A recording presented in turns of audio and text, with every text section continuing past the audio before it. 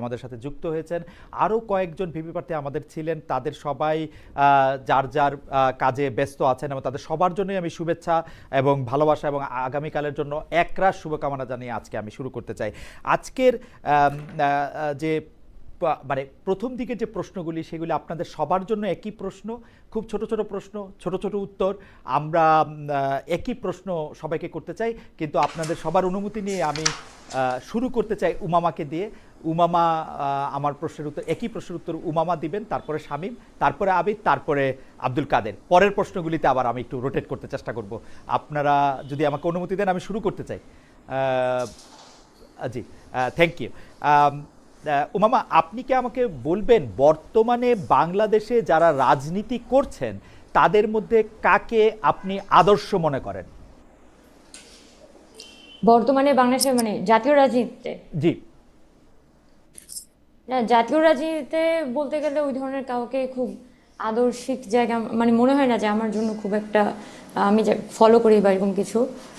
অতীতের কথা বলতে পারি। অতীতে আমি অতীতের প্রশ্নটা আমরা আলাদা করে করতে পারি, অতীতের প্রশ্নটা আমরা আলাদা করে করব। তো সুতরাং আপনি বর্তমানে আপনি কারো নাম আপনি বলতে চাচ্ছেন না, এটাকে আমি উত্তর ধরে না, নিচ্ছি। বর্তমানে আসলে আমি অনেকেই অবজার্ভ করি, কিন্তু আসলে ফলো করার মতো ওরকম আমি মনে করি না যে কাউকে আমি ফলো করে আসলে পলিটিক্স করার ব্যাপারে খুব একটা আগ্রহী। আপনাকে ধন্যবাদ উমামা। আমি একটু জনাব শামীম হোসেনের কাছে যেতে চাই। একই প্রশ্ন, জনাব শামীম হোসেন, বর্তমানে যারা বাংলাদেশের রাজনীতি করছেন তাদের মধ্যে আপনি কাকে আদর্শ মনে করেন?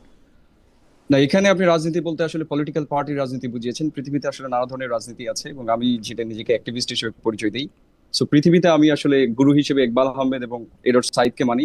বাংলাদেশের বাংলাদেশের বাংলাদেশের বাংলাদেশে বর্তমানে সলিমুল্লাহ খান স্যার রয়েছেন, তবে আমি তার ইডিওলজিকে ফলো করি না। মানে এই লোকটাকে আমার ভালো লাগে, মানে দ্য ওয়ে হি স্পিক্স। এবং আরো বলা যায় আহমদ সফাকে মানি। সো এই জায়গা থেকে আমার আসলে পলিটিক্যাল পার্টির কোনো ব্যক্তির ইডিওলজি আমি পছন্দ করি না। ওকে, ফাইন। সেটা হইতে হবে এমন কোনো কথা না, যে বর্তমানে যারা রাজনীতি করছেন তাদের মধ্যে সলিমুল্লাহ খানের আদর্শকে আপনি আদর্শ বলে মানেন? কারণ আদর্শ বলে মানি না, মানে এইভাবে হতে পারে, রাইট? ওকে, আহমদ শফা তো মরহুম, তো সেজন্য আমি সলিমুল্লাহ খানকে ধরে নিচ্ছি। আমি আবিদুল ইসলাম খান আপনার কাছে জানতে চাই, বর্তমানে বাংলাদেশে যারা রাজনীতি করছে তাদের কাকে আপনি আদর্শ বলে মানেন? দেখেন, আমার বেড়ে ওঠাটা একটি দীর্ঘ সময় ধরে, হঠাৎ করে না। তো এই ক্যাম্পাসে 2016 সালে বিশ্ববিদ্যালয়ে ভর্তি হওয়ার পর থেকে আমি একটি যে রাজনৈতিক অপসংস্কৃতি দেখেছি, সে অপসংস্কৃতি ঘৃণা করে কিন্তু আমি এই জায়গাটাতে এসেছি। তো যার ফলশ্রুতিতে আমি দেখেছি বিগত দীর্ঘ সময় ধরে বাংলাদেশের রাজনৈতিক সংস্কৃতি, গণতান্ত্রিক মূল্যবোধ এবং নৈতিকতা একদম শূন্যের কোঠায় ছিল। তো সেই জায়গাটাতে আমি দেখতাম হচ্ছে যে গোটা বাংলাদেশ ব্যাপী যিনি হচ্ছে যে কষ্ট করে গেছেন এবং চেষ্টা করে গেছেন, জনাব তারেক রহমান, যিনি রাজনৈতিক সংস্কৃতি, গণতান্ত্রিক মূল্যবোধ এবং নৈতিকতাকে ফিরিয়ে আনবার জন্য চেষ্টা করে গেছেন। সুতরাং তার ব্যক্তিত্ব আমাকে যথেষ্ট অনুপ্রাণিত করে। তার একটা বাক্য আমাকে সবচেয়ে বেশি অনুপ্রাণিত করে, প্রিয় বাংলাদেশ, প্রিয় বাংলাদেশের মুক্তিকামী জনতা, আসসালামু আলাইকুম। ওকে, থ্যাংক ইউ। জনাব তারেক রহমানকে আপনি রাজনৈতিক আদর্শ বলে মানেন। আমি জনাব আব্দুল কাদের কাছে জানতে চাইবো, বর্তমানে যারা বাংলাদেশে রাজনীতি করছেন তা কাকে রাজনৈতিক আদর্শ হিসেবে মানেন? জনাব আব্দুল কাদের। জি, ধন্যবাদ খালেদ আপনাকে।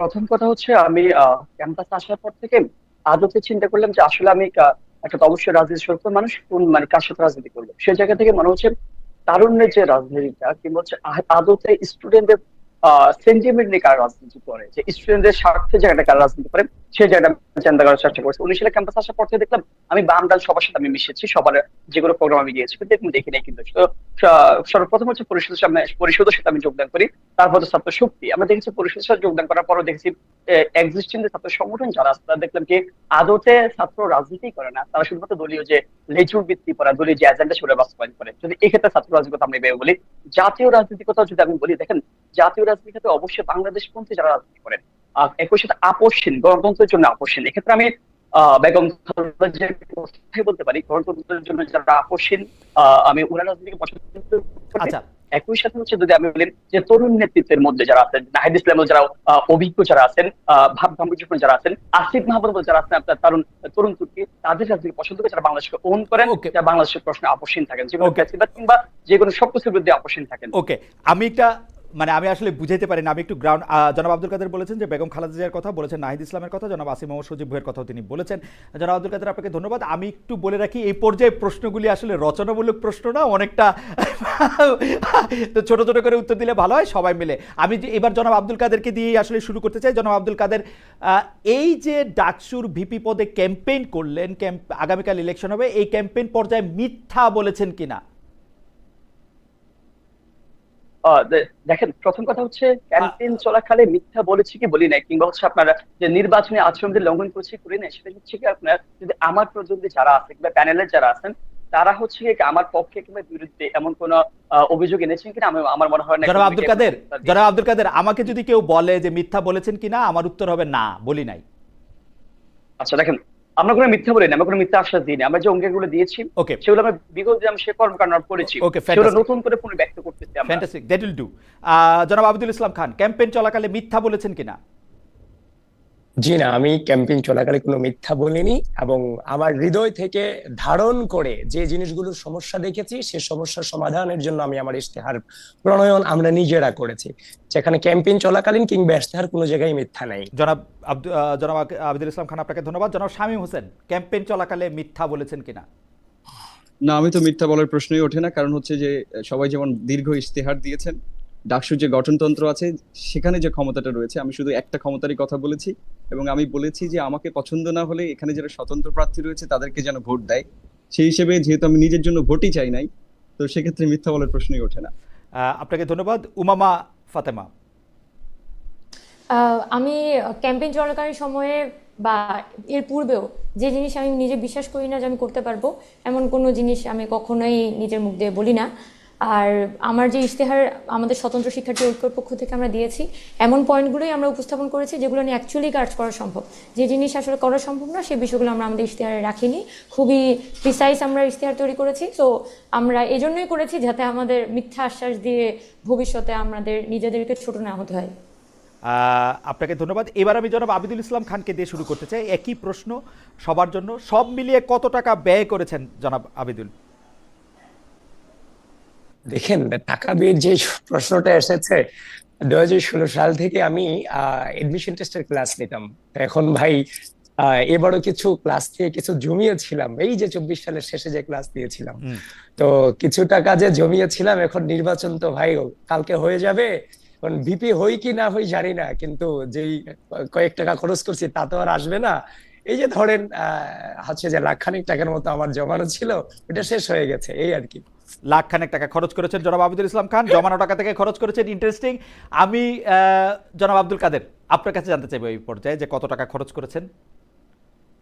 জি দেখেন, আমি হচ্ছে 3বার লিফলেট ছাপিয়েছি। 3বার লিফলেট ছাপানোর ক্ষেত্রে আমার হচ্ছে ব্যয় হচ্ছে কত টাকা, 3,24,000 টাকা খরচ হয়েছে এখন পর্যন্ত আমার। সে জায়গায় দেখেছেন এখন কোন হ্যান্ডবিল কিংবা সরি যে ফিস্টুন বাকি যেগুলো হচ্ছে সেগুলো আমরা ছাপাই নাই, কিন্তু আসলে ছাপার কোনো এখন কোনো আচরণবিধি নাই, সেজন্য আমার সেজন্য খরচ হয় না। শুধুমাত্র হ্যান্ডবিল লিফলেট 24,000 টাকা খরচ হয়েছে আমার। 24,000 এমনি? আচ্ছা ঠিক আছে, আমি কোনো সাপ্লিমেন্টারি প্রশ্ন করছি না। 24,000 টাকা খরচ করেছেন জনাব আব্দুল কাদের। আমি উমামা ফাতেমা আপনার কাছে একটু জানতে চাইবো যে আপনি কত টাকা খরচ করেছেন এই ইলেকশনের জন্য? আমরা যেহেতু এখানে একটা স্বতন্ত্র প্যানেল আমরা তৈরি করেছি, প্যানেলের আমরা ওই ধরনের আলাদা করে খুব বড় বাজেট করি নাই। প্যানেলের সব মেম্বারদেরই আমাদের কথা বলা ছিল যে সবাই যার যার কষ্টটা নিজের মতো করে বিয়ার করবে, শুধু আমরা প্যানেলের পক্ষ থেকে কিছু জায়গায় ফ্যাসিলিটেট করব। যেমন মানে আমাদের কিছু পরিচিত ভিডিও মেকার আছে যারা হয়তো আমরা বললে ওনারা ভিডিও বানিয়ে নিতে পারেন। এর বাইরে হচ্ছে প্যানেলের পোস্টার ডিজাইন করা, আর কিছু কি বলা যায় যেটা হচ্ছে আপনার অ্যাডিশনাল কস্ট। কিন্তু আমরা মোস্টলি প্যানেল মেম্বার যারা আছে তারা যাতে নিজের পক্ষ থেকে কস্টটা বিয়ার করেন সেটাই ফ্যাসিলিটেট করেছি, কিন্তু মোস্টলি খুব বেশি না। মানে আচ্ছা, আমার অ্যামাউন্টটা জানতে হবে কারণ আমি জানি না এটা কত হতে পারে, মানে লাইক 5,000, 10,000, 15,000?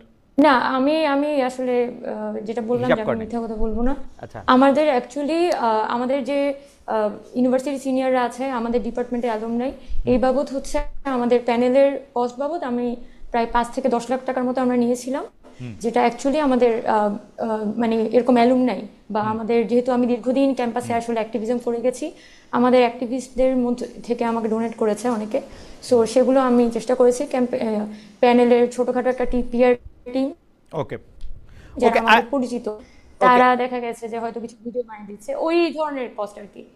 Okay, I understand. মানে আপনারা 5 থেকে 7 লাখ টাকা পর্যন্ত ডোনেশন পেয়েছিলেন, এর মধ্যে থেকেই আপনারা টাকা খরচ করেছেন, কিন্তু টোটাল এরকম আপনি এই মুহূর্তে বলতে পারছেন না যে আপনি কত টাকা খরচ করেছেন। ঠিক আছে, ফাইন। শামীম হোসেন, জানো হ্যাঁ, আমার আসলে বলা যায় যে খরচ হয়েছে প্রায় 30,000 টাকার মতো। এবং ইন্টারেস্টিংলি আমি যে জায়গায় গিয়েছি প্রায় প্রত্যেক জায়গায় আমাদের স্টুডেন্ট আছে, আমরা যারা এডটেক প্ল্যাটফর্মে আছি। এবারও আমার কোর্স সেল হয়েছে, প্রায় 1000 জন ভর্তি হয়েছে, তার মানে প্রায় 10 লাখ টাকার বেশি ইনকাম করেছি।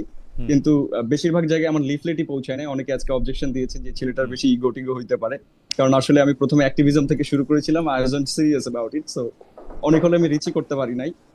লিফলেট যতদূর পেরেছি, এটাই লিফলেট মানে ছাপানো হয়েছে, সেটাতে দেখলাম বানান ভুলও আছে, সেটাও সংশোধন করতে পারি নাই। সো ওই লিফলেট দেওয়ার জন্য যতটুকু খরচ হয়েছে। আর যারা কাজ করছে প্রায় সবাই আমার স্টুডেন্ট আর কি, আর যারা এখন আমার কাছে পড়ে আর কি বিভিন্ন ব্যাচে। আপনি ফলে আসলে এই ইলেকশন বাবদ আপনার ব্যয় তাহলে 30,000 টাকা সোফার। রাইট। আচ্ছা, এইবারের প্রশ্ন আমি শামীম হোসেনকে দিয়ে জানতে চাচ্ছি যে 5 বছর পরে নিজেকে কোথায় দেখেন, জনাব শামীম হোসেন? মানে আগামী 5 বছর পরে নাকি বর্তমান ইউনিভার্সিটির 5 বছর পরে? এখন থেকে 5 বছর পরে। 5 বছর পরে নাকি আজকের থেকে 5 ইচ্ছা বছর পরে। আজকের থেকে 5 বছর আমার পরে। আমার ইচ্ছা হচ্ছে যে আমি টিচার হতে চাই এবং বিদেশে পিএইচডি করে পলিটিক্যাল ফিলোসফিতে, যেটা আমার অনেক ইন্টারেস্ট এবং যেটা নিয়ে আমি দীর্ঘদিন কাজ করছি। আপনি দেখবেন আমার নানা ধরনের লেকচার ফেসবুকে ছড়ায় যায়। সো আমি ওটাতে পিএইচডি করে ভবিষ্যতে শিক্ষকতা করতে চাই। যদি বাংলাদেশে কোথাও হয় সেটা ভালো, আর না হলে হয়তো বিদেশের কোনো বিশ্ববিদ্যালয়ে। এটাই আমার ফিউচার প্ল্যান।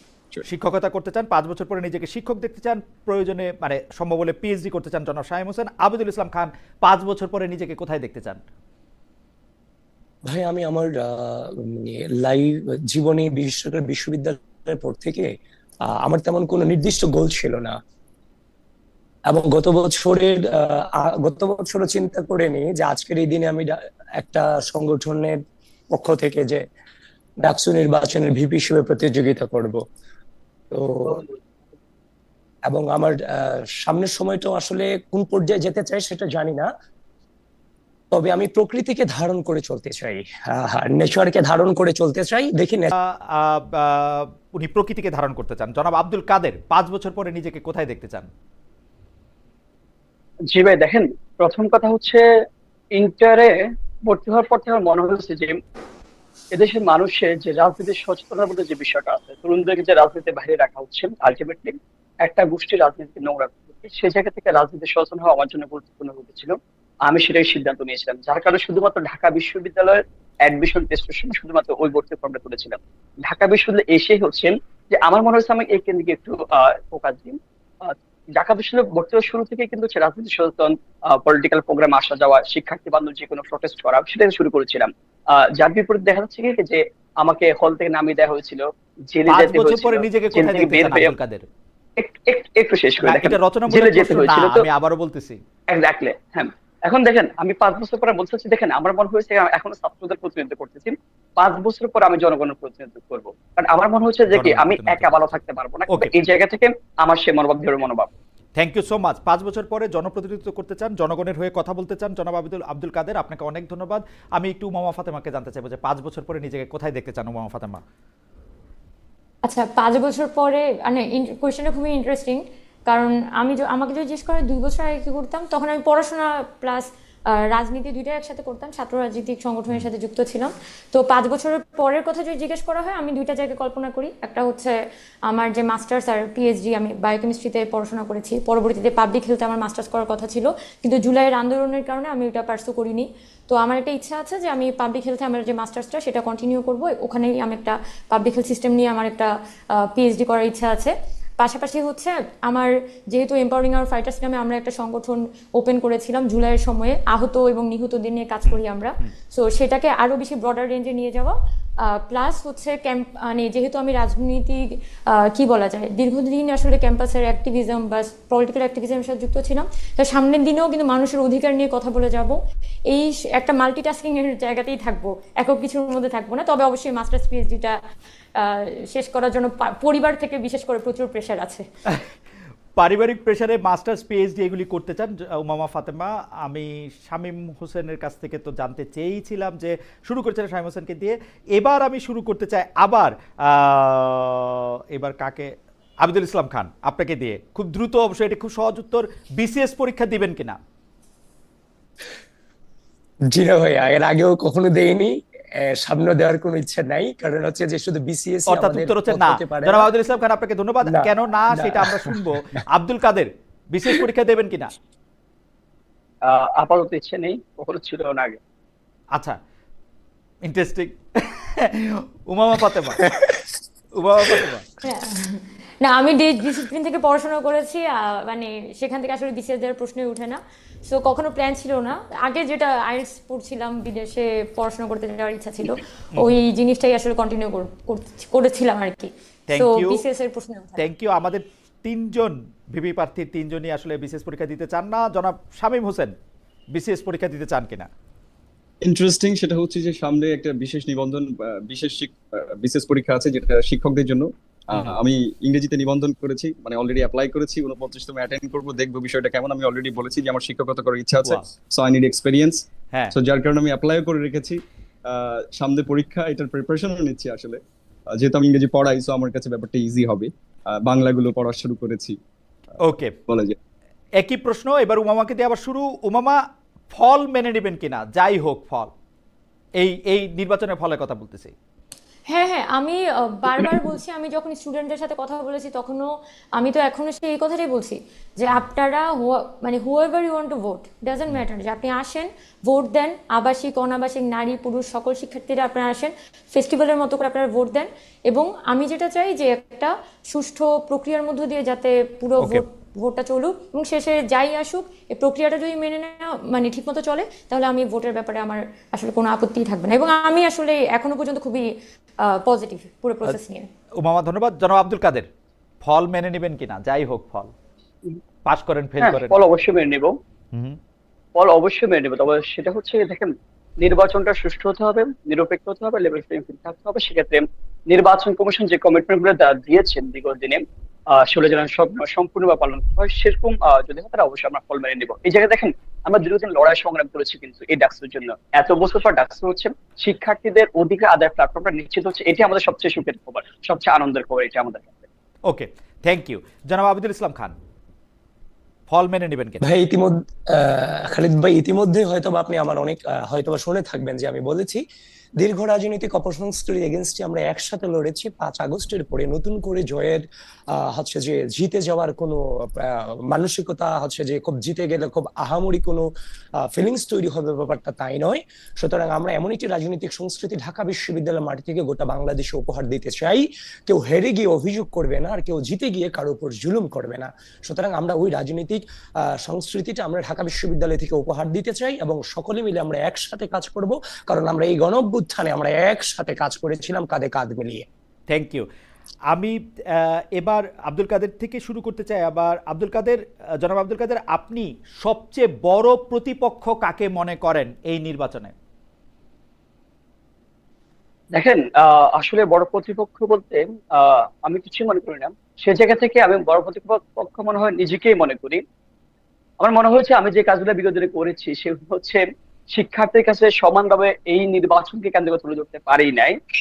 হয়তোবা আবার দেখেছি যে কি মিডিয়া কেন্দ্রিক হচ্ছে একটা জটিলতা তৈরি হচ্ছে নানান দিক থেকে। সে জায়গা থেকে প্রতিপক্ষ কাউকে মনে করি না, সবাইকে বন্ধুই মনে করি। আমি মনে করি যে সবাই জিতলে প্রত্যেকেই শিক্ষার্থী বান্ধব কাজ করুন, শিক্ষার্থী বান্ধব নেতা, সেই জায়গা থেকে কাউকে আমি প্রতিপক্ষ মনে করি।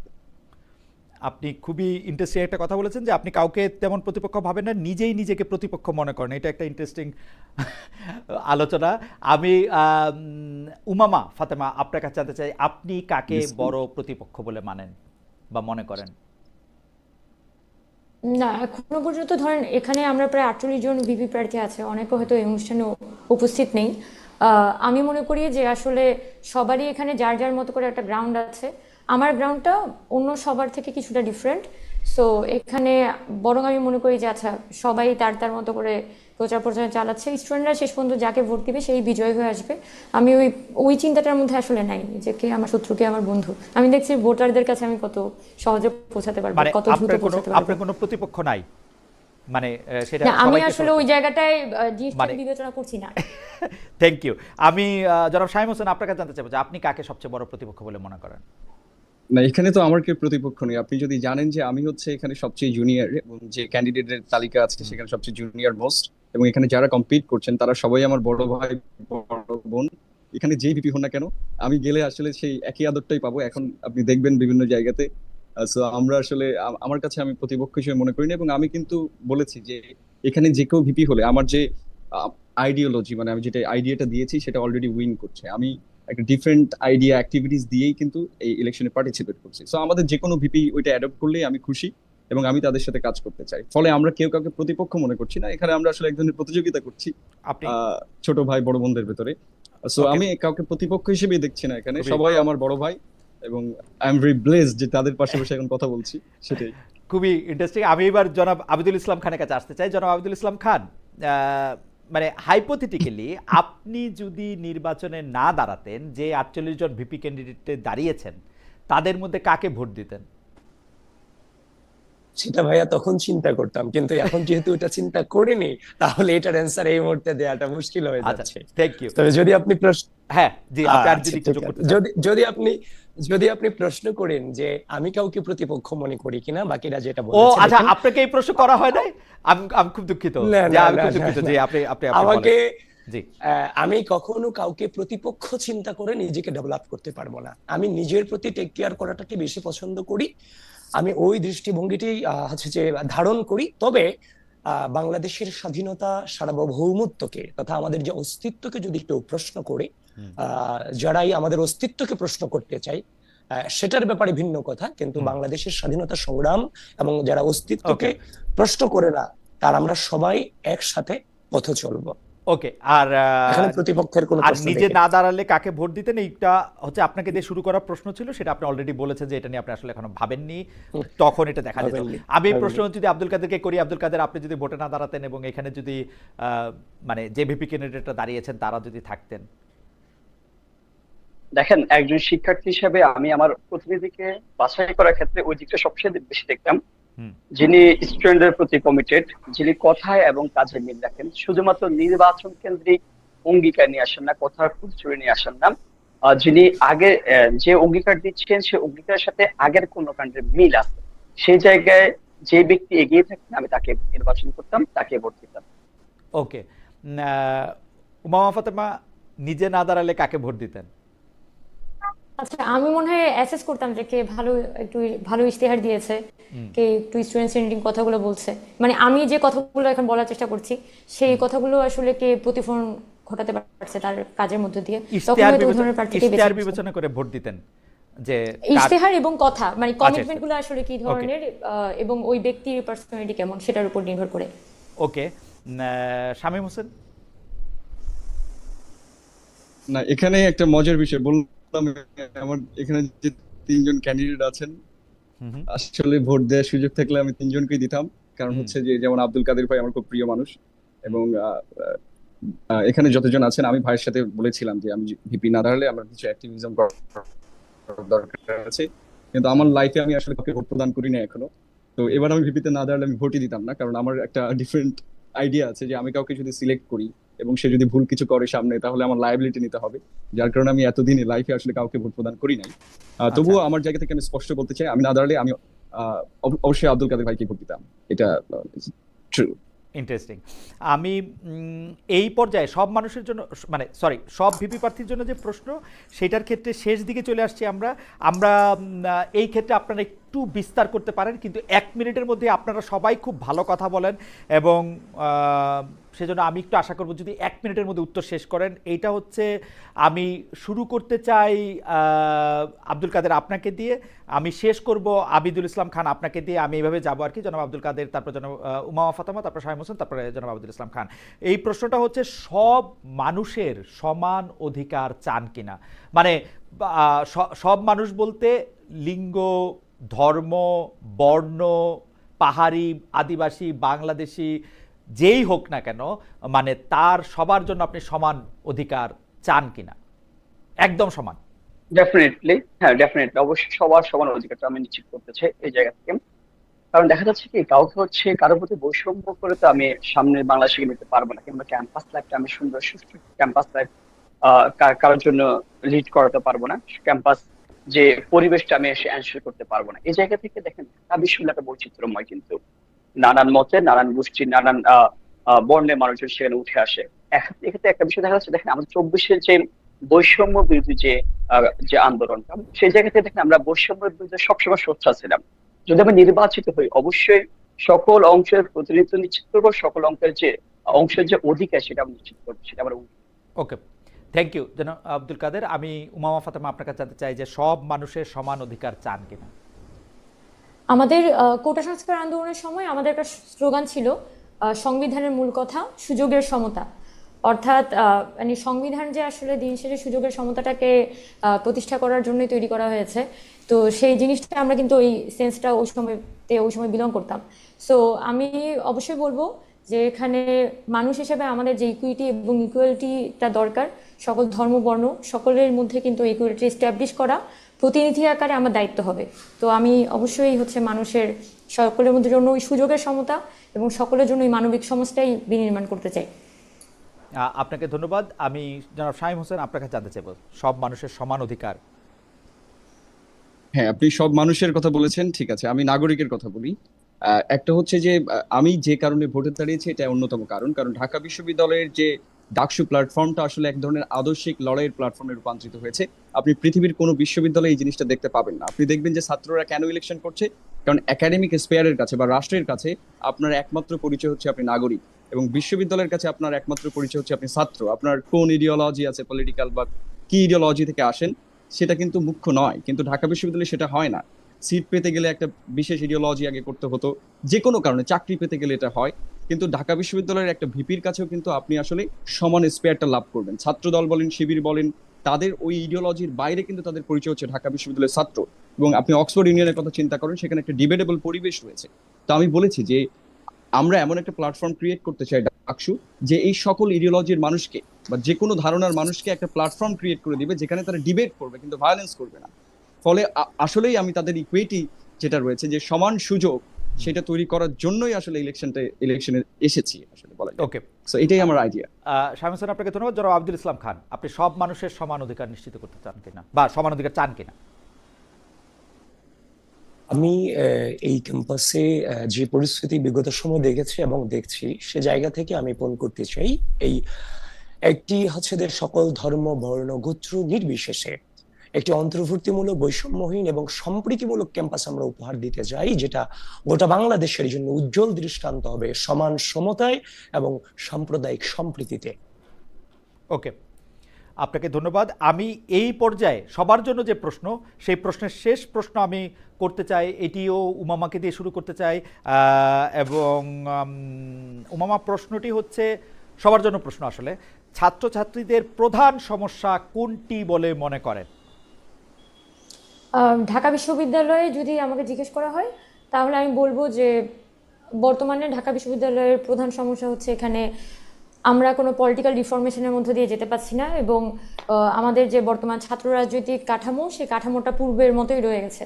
সো আমি বলবো যে ছাত্র রাজনীতির সুরাহা যে আসলে হচ্ছে না, সেটা বর্তমানে ঢাকা বিশ্ববিদ্যালয়ের প্রধান সমস্যা, এবং এটার উপর বেস করে বাকি সমস্যাগুলোর সমাধান করা সম্ভব। ওকে, জনাব শামীম হোসেন এর কাছে জানতে চাইবো যে জনাব শামীম হোসেন কি আমাদের সঙ্গে আছেন না? জনাব শামীম হোসেন একটু জনাব শামীম হোসেন, আপনি যদি বলেন ছাত্রছাত্রীদের প্রধান সমস্যা কোনটি বলে মনে করেন? আমি যেটা বলি যে ঢাকা বিশ্ববিদ্যালয়ের আপনি দেখবেন যে 50-এর দশকের দিকে বা তার আগে কিন্তু ঢাকা বিশ্ববিদ্যালয়ের পরিস্থিতি অনেক ভালো ছিল, এবং 1971 সালের পর থেকে ঢাকা বিশ্ববিদ্যালয়ের যে ইতিহাস, সেটা কিন্তু রক্তাক্ত ইতিহাস হয়েছে। মানে বিশ্ববিদ্যালয়টা পেছনে যাওয়া শুরু করেছে। তো এইটার প্রধান সমস্যা হচ্ছে পলিটিক্যাল সেটেলমেন্ট। মানে ঢাকা বিশ্ববিদ্যালয় যে একটা ইনস্টিটিউশন হিসেবে ফাংশন করবে, আপনি ডেমোক্রেসির কথা চিন্তা করেন, আমরা কেন জাস্টিসের কাছে যাই? কারণ আমরা বিশ্বাস করি যে দলই ক্ষমতায় থাকুক আমরা একটা বিচার পাবো, কিন্তু সেই সিস্টেমটাও কিন্তু পলিটিক্যাল সেটেলমেন্টের অংশ হয়েছে।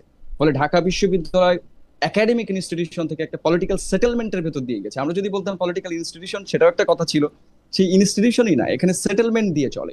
ফলে ঢাকা বিশ্ববিদ্যালয়ে ঠিক পড়ালেখার জায়গাটা বাদ দিয়ে, একাডেমিক এক্সিলেন্সি বাদ দিয়ে তার সবই রয়েছে। ফলে আমি যেটা মনে করি ঢাকা বিশ্ববিদ্যালয়ের প্রধান সমস্যা হচ্ছে পলিটিক্যাল সেটেলমেন্টের অংশ হয়ে যাওয়া। এই সেটেলমেন্ট থেকে ঢাকা বিশ্ববিদ্যালয়কে রক্ষা করতে হবে। এবং এটাই হচ্ছে স্টুডেন্টের সাথে বা ঢাকা বিশ্ববিদ্যালয়ের প্রধান যে যতগুলো সমস্যা আছে এটার মূল সমস্যা এটাই।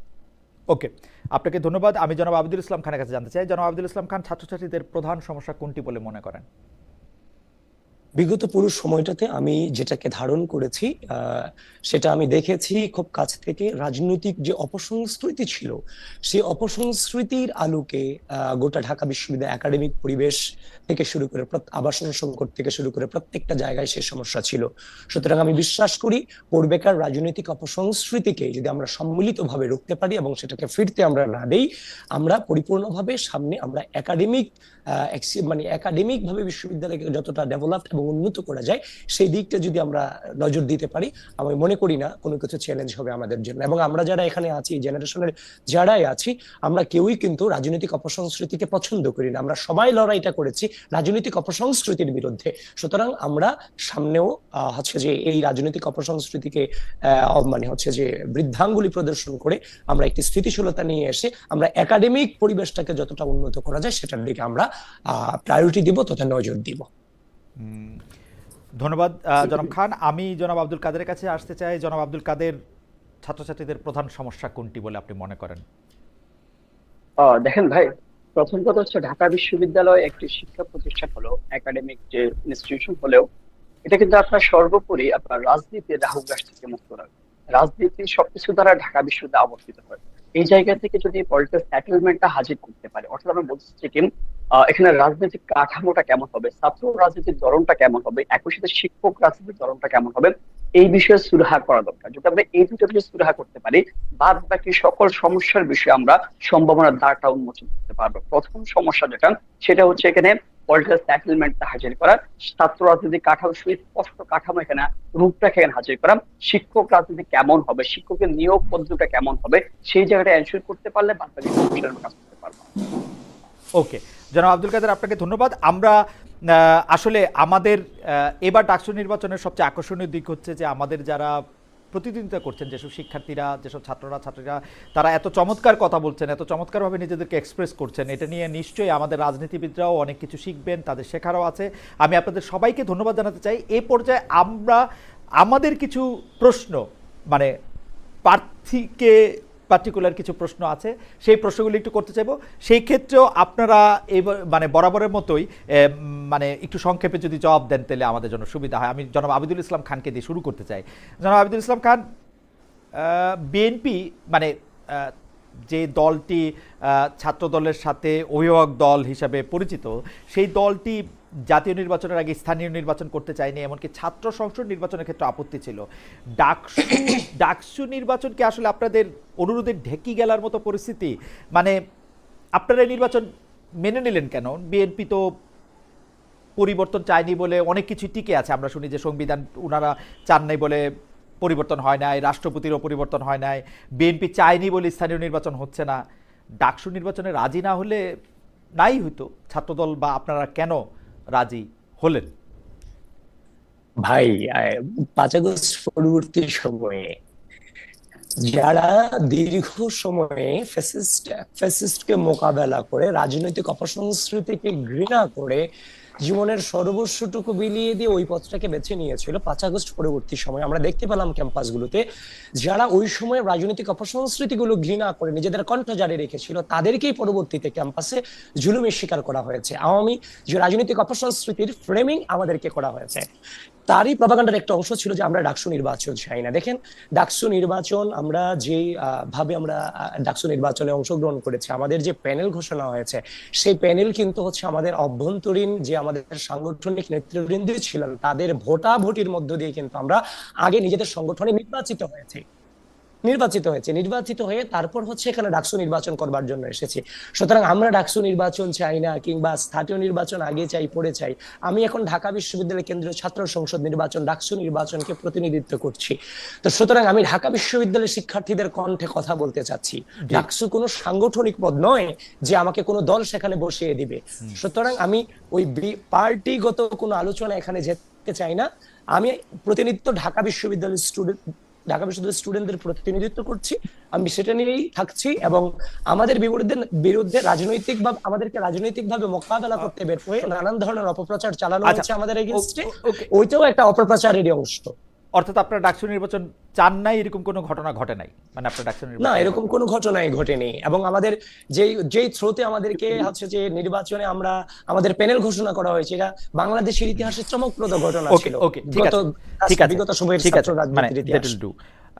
জনাব আব্দুল কাদের নির্বাচনী প্রচারের শেষ সপ্তাহে এসে বলেছেন ডাকসুতে জিতা লাগবে না, কেবল বেঁচে থাকতে চাই।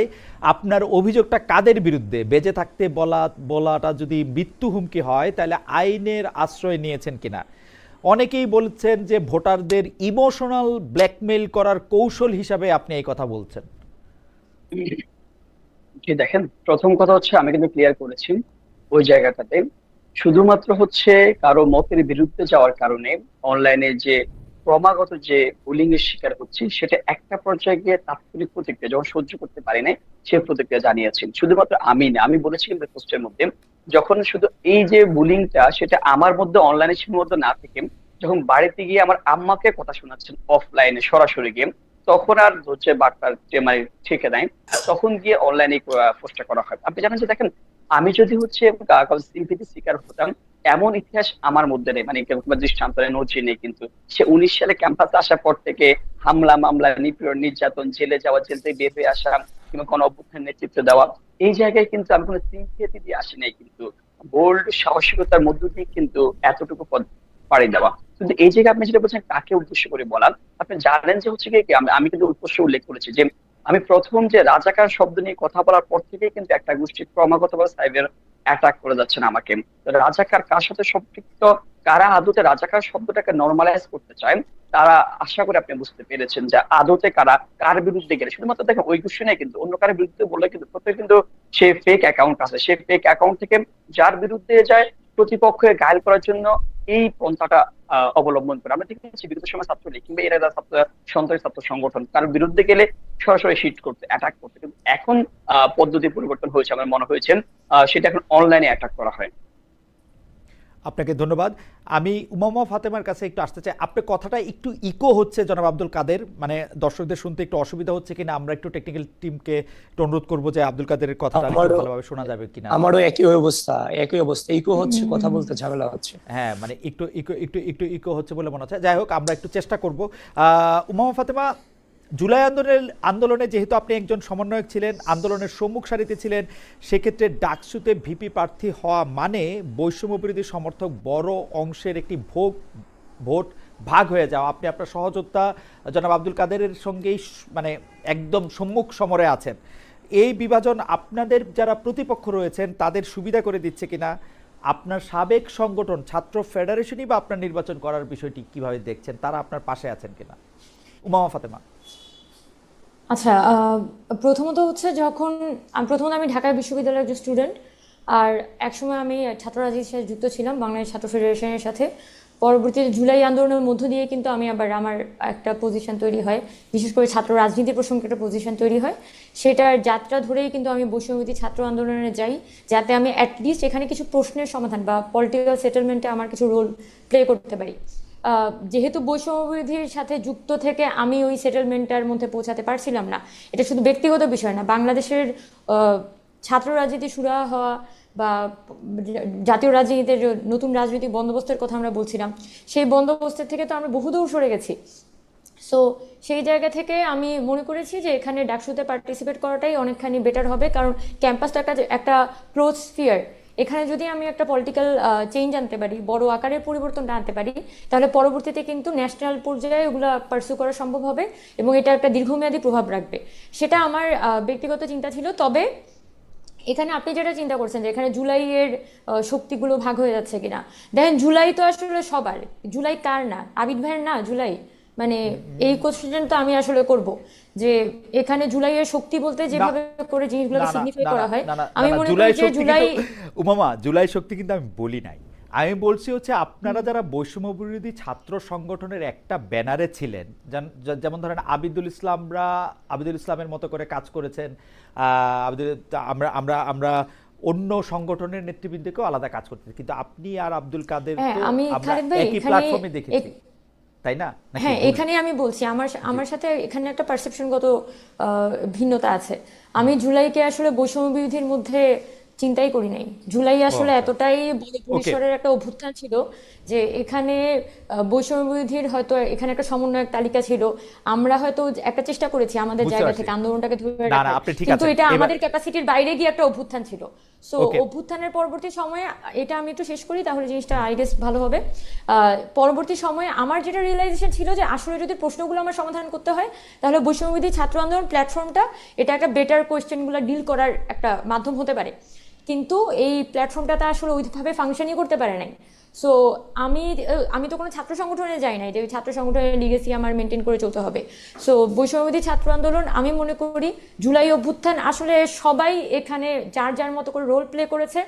এখন এসে আমি যদি একজন যদি মনে করে যে এই বাংলাদেশে আসলে এই পথে যাইতে হবে, আরেকটা মানুষ মনে করতে পারে যে না এখানে অন্য পথে যাইতে পরিষ্কার। হবে। Uma, so beat let's beat, এটা নিয়ে আসলে let it আমার be। মনে হয় না যে আমার কোনো আমার আমার মনে হয় যে উমামা বক্তব্য এখন আমার কাছে একদমই পরিষ্কার। উনি মনে করেন যে যার যেই রাজনৈতিক জায়গা নিয়ে পতাকা নিয়ে সামনে এগিয়ে যাওয়ার, সে তাতে এগিয়ে যাবে।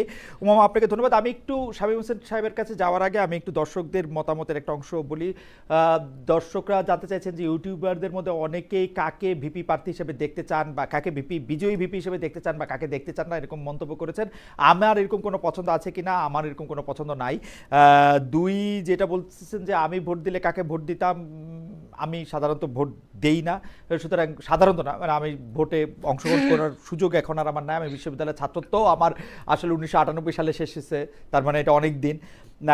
3 নাম্বার হচ্ছে যে অনেকেই বলছেন যে শিবির সভাপতি সাদিক কায়ুমকে কেন আনা হলো না। আমরা এটার আসলে একটা ব্যাখ্যা দিয়েছি। সাদিক কায়ুমকে আমরা অনেকবার চেষ্টা করেছিলাম, অনেকভাবে চেষ্টা করেছিলাম, তিনি আমাদেরকে সময় দিতে পারেন না। আমি তার জন্য এটা এখনও উন্মুক্ত রাখছি, তিনি যদি আমাদের সাথে যোগাযোগ করেন আমরা এখনও তার কথা শুনতে পারি, কিন্তু তার ব্যস্ততা এবং অন্য অনেকদের অনেক রকম কারণে আমরা অনেককে আনতে পারি না। দর্শক নিশ্চয়ই এটা বুঝতে পারবেন। আমরা জনাব শামীম হোসেন আপনার কাছে যেতে চাই।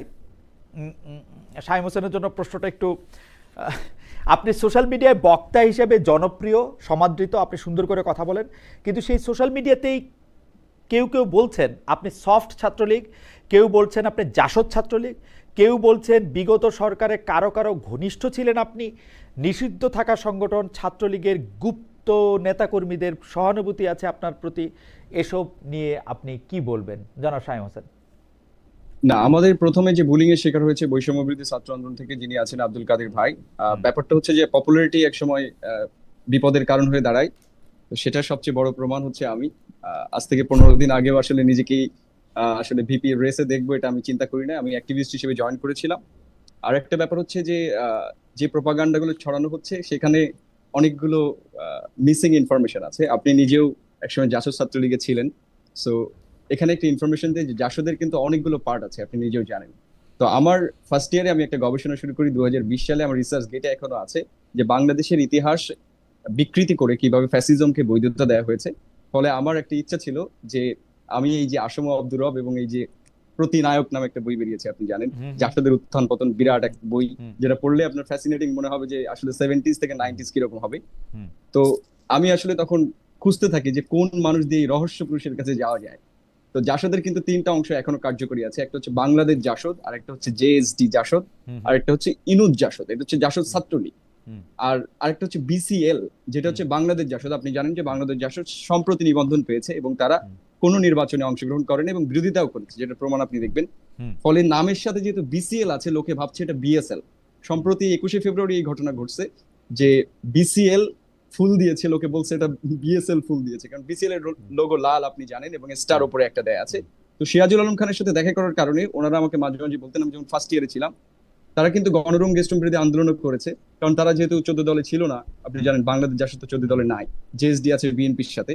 তো ওখানে 2টা প্রোগ্রাম আমি অ্যাটেন্ড করেছিলাম এবং 21শে ফেব্রুয়ারি আসম আব্দুর রব এসেছিল আমাদের শহীদ মিনারে। সো ওনাদের কাছ থেকে একটা কার্ড নিয়ে আমি দেখা করতে গিয়েছিলাম। ওই দলের সদস্য সংখ্যা ঢাকা বিশ্ববিদ্যালয়ে 2021 সাল থেকে 2 জন, এবং সেই 2 জন এখনো ইলেকশন করছে। ফলে এই জিনিসটা হয়েছে।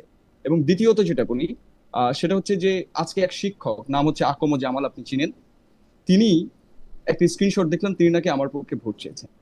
এটার একটা কারণ বলি, যে কিছুদিন আগে আমাদের আন্দোলনের পরে নীল দলের একজন শিক্ষক আমার ডিপার্টমেন্টের, তিনি একটা বিবৃতি দেন যে জুলাইয়ে যারা অংশগ্রহণ করেছে এরা সব জামাত শিবির, রাজাকার, হ্যাঁ সবাইকে বলছে। তো সবাই আমাকে ধরলো যে ভাই আপনি তো জুলাই ছিলেন, আমি তো মাস্টার, আমার ইয়াগুলো দেখবেন যে আমি জুলাই অনেক স্টুডেন্টকে ফান্ডিং করেছি যখন ইয়াতে ছিল আমার স্ক্রিনশট গুলো। ফলে আমাকে ধরেছে যে তাই শিক্ষকের বিরুদ্ধে আন্দোলন করতে হবে। তো আমি তো আসলে ওইভাবে মব স্টাইলে আন্দোলন করতে পারি না। আমি তার বললাম যে তাহলে আমরা প্রফেসরের সাথে কথা বলি, এবং তার যে ডকুমেন্টেশন আছে এগুলো নিয়ে জমা দিলাম। ক্লাসে যেয়ে বলছে, উনি ক্লাসেও বলছে।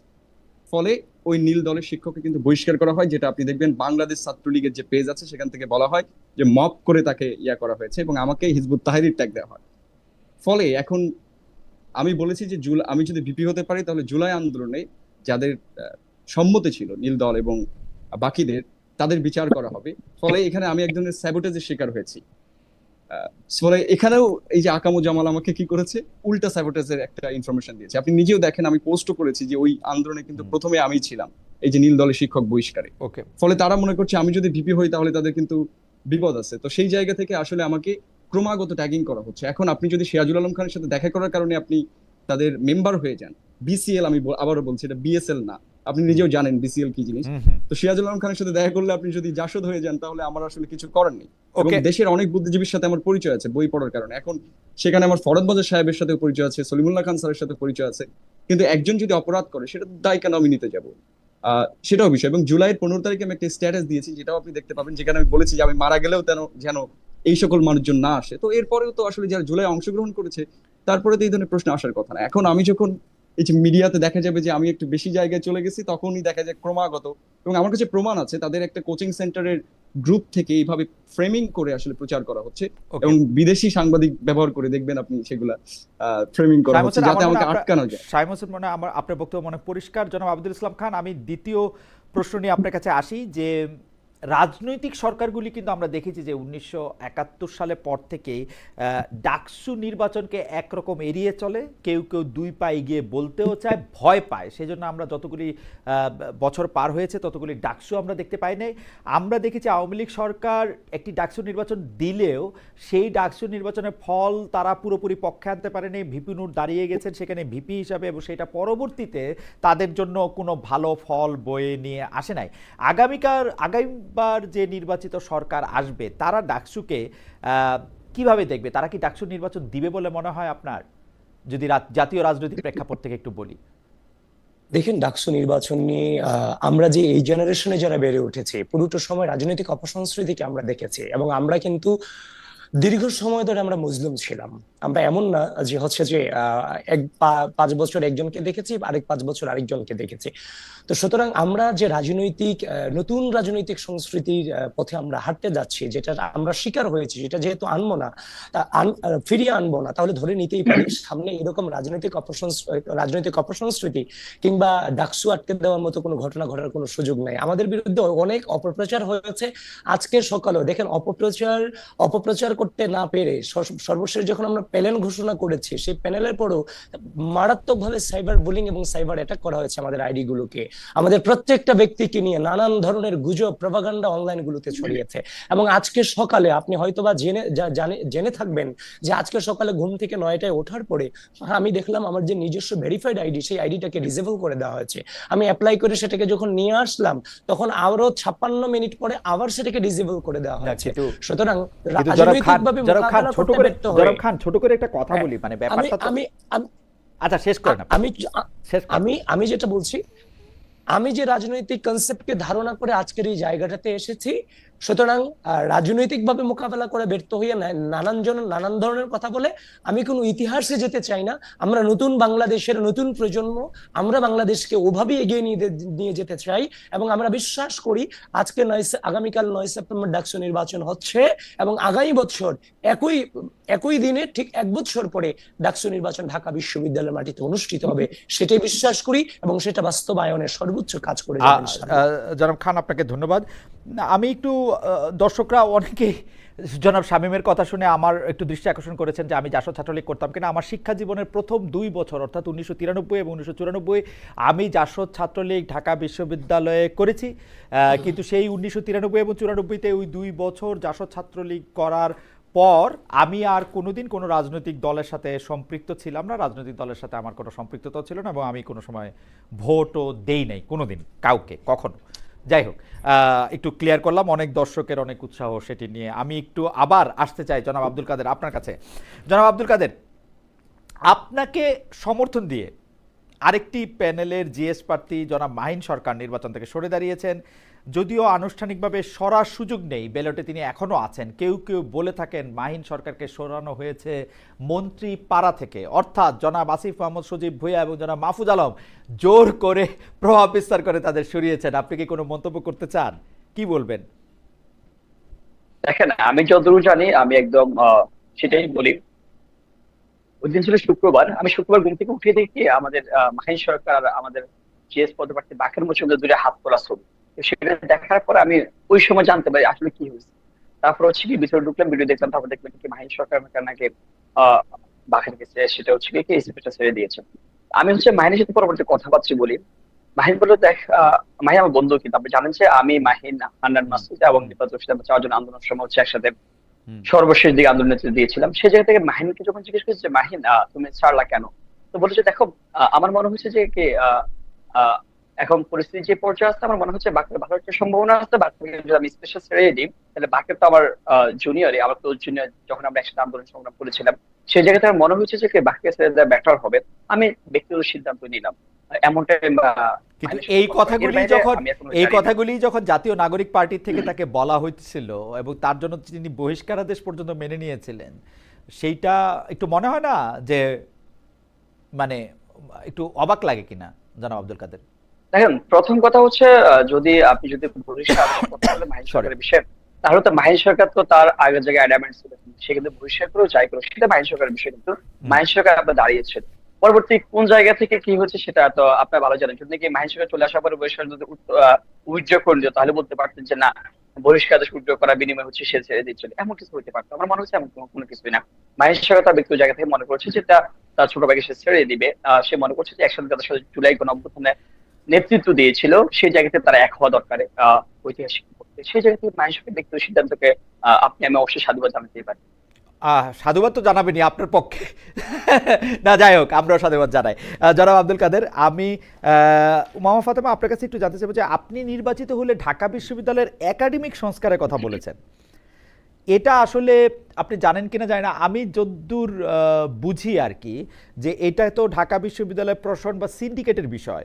আপনার নির্বাচনী অঙ্গীকার ডাকসুর এখতিয়ারের চেয়ে বেশি ওজনের হয়ে যাচ্ছে কিনা, মামা আপনি কি আচ্ছা, মনে করেন? হ্যাঁ, অসংখ্য ধন্যবাদ। কিন্তু আমি মনে করি যে এখানে একাডেমিক সংস্কারের কথাটা মোটেও ডাকসুর এখতিয়ারের থেকে বেশি হয়ে যায় না। কারণ আমরা তো মূলত আমরা বারবার বলেছি যে আমরা কিন্তু এখানে ফ্যাসিলিটেট করতে চাই। আমি এনে এখানে প্রোগ্রাম করবো, স্পন্সর ডেকে, এগুলো তো ভাই আমি করব না। আমার মূলত আমাদের কাজটা হবে ডাকসুকে ব্যবহার করে এখানে প্রশাসনকে একদিকে পুশ করা এবং এখানকার পলিটিক্যাল ফোর্সগুলোকে একদিকে পুশ করা, যাতে ক্যাম্পাসটাকে আমরা একটা পলিটিক্যাল ইনস্টিটিউট থেকে একটা একাডেমিক ইনস্টিটিউটে কনভার্ট করতে পারি। এবং এই ফ্যাসিলিটেশনটা সম্ভব যদি আমরা এখানে একটা কি বলা যায়, একটা ভিশন ক্রিয়েট করতে পারি। তো আমি এটাকে একটা ভিশন আকারে জিনিসটাকে প্রেজেন্ট করেছি যে ঢাকা ইউনিভার্সিটিকে পলিটিক্যাল ইনস্টিটিউট থেকে একাডেমিক ইনস্টিটিউটে পরিণত হতে হবে। সেটার জন্য বেসিক এই কাজগুলো আমি ফ্যাসিলিটেট করব। যেমন প্রথমে তাও আমি বলেছি একদম ওপেনলি যে ক্রস ডিপার্টমেন্টাল ক্রেডিট ট্রান্সফার, ধরেন আপনার এক ডিপার্টমেন্ট থেকে আরেক ডিপার্টমেন্টে চাইলে সে একটা ওপেন ক্রেডিটের মতো যেরকম হয় একটা কোর্স সে চুজ করতে পারবে। পাশাপাশি দেখা যাচ্ছে শিক্ষক মূল্যায়ন পদ্ধতি, এগুলোর কথা আমরা বলেছি। আবার রিসার্চ বাজেট বাড়ানো, রিসার্চ কিভাবে করে রিসার্চ বাজেট ঢাকা ইউনিভার্সিটি আসতে পারে, ডাকসুকে এগুলি এগুলো করতে ফ্যাসিলিটেট করা। মামা ডাকসুকে এগুলি করতে পারে? আমি মনে করি যে এটা অবশ্যই ফ্যাসিলিটেট করতে পারে। কারণ আমি আপনাকে একটা উদাহরণ দিতে পারি যে যখন লাস্ট হচ্ছে 5 আগস্টের পরে ইউজিসি হচ্ছে নতুন করে, মানে ইউনিভার্সিটি গ্র্যান্টস কমিশন যখন নতুন করে রিফর্মড হয়েছিল, তখন তাদের পক্ষ থেকে কিন্তু এই ধরনের রিসার্চ নিয়ে তারা অনেক কিছু করবে, এই ধরনের চিন্তা ভাবনা ছিল। আমি শর্ট করে শেষ করি, আমি শেষ করি, তাহলে আপনি জিনিসটা করতে পারবেন। তখন ঢাকা ইউনিভার্সিটিতে তারা একটা ইনোভেশন ফেস্ট করবে, ইনোভেশন এন্ড রিসার্চ ফেস্ট করবে টিএসসি সেন্ট্রাল ফিল্ডে। কিন্তু সমস্যা হচ্ছে প্রশাসন এখানে একটা বড় বাধা হয়ে দাঁড়ায়। প্রশাসন তারা বুঝতেই পারছিল না যে এখানে কেন আসলে এই এখন রিসার্চ এবং ইনোভেশনটাকে ফ্যাসিলিটেট করা দরকার। তো শিক্ষকদের মধ্যেও কিন্তু বিভিন্ন পক্ষ আছে, অনেক শিক্ষক কিন্তু আছেন যারা চান যে ক্যাম্পাসের মধ্যে এই ধরনের কাজগুলো হোক। এখন ডাকসু যখন ছাত্রদের প্রতিনিধি নির্বাচন করে আনবে, তখন কিন্তু অ্যাকচুয়ালি ছাত্র প্রতিনিধিরা যদি ওই ক্যালিবারের হয়, তাহলে এই কাজগুলো ফ্যাসিলিটেট করা অবশ্যই সম্ভব।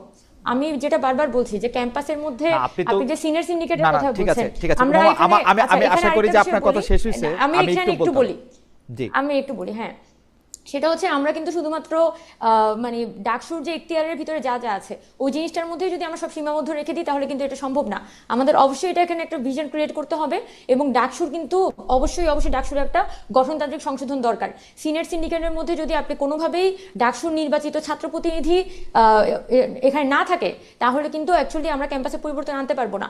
সো ডাকসুর যেহেতু এখানে একটা বিশাল সফট পাওয়ার আছে, তাহলে নির্বাচিত হওয়ার পরে অবশ্যই আমরা যারা প্রতিনিধিরা আছি আমাদের পক্ষে এখানে বড় ধরনের পরিবর্তন আনাটা সম্ভব, কারণ আচ্ছা, এটা একটা ওমা, অভ্যুত্থান আমার পরবর্তী মনে হয়- ডাকসু, আমার মনে হয় যে এটা আপনার- একটা গতানুগতিক ডাকসু না।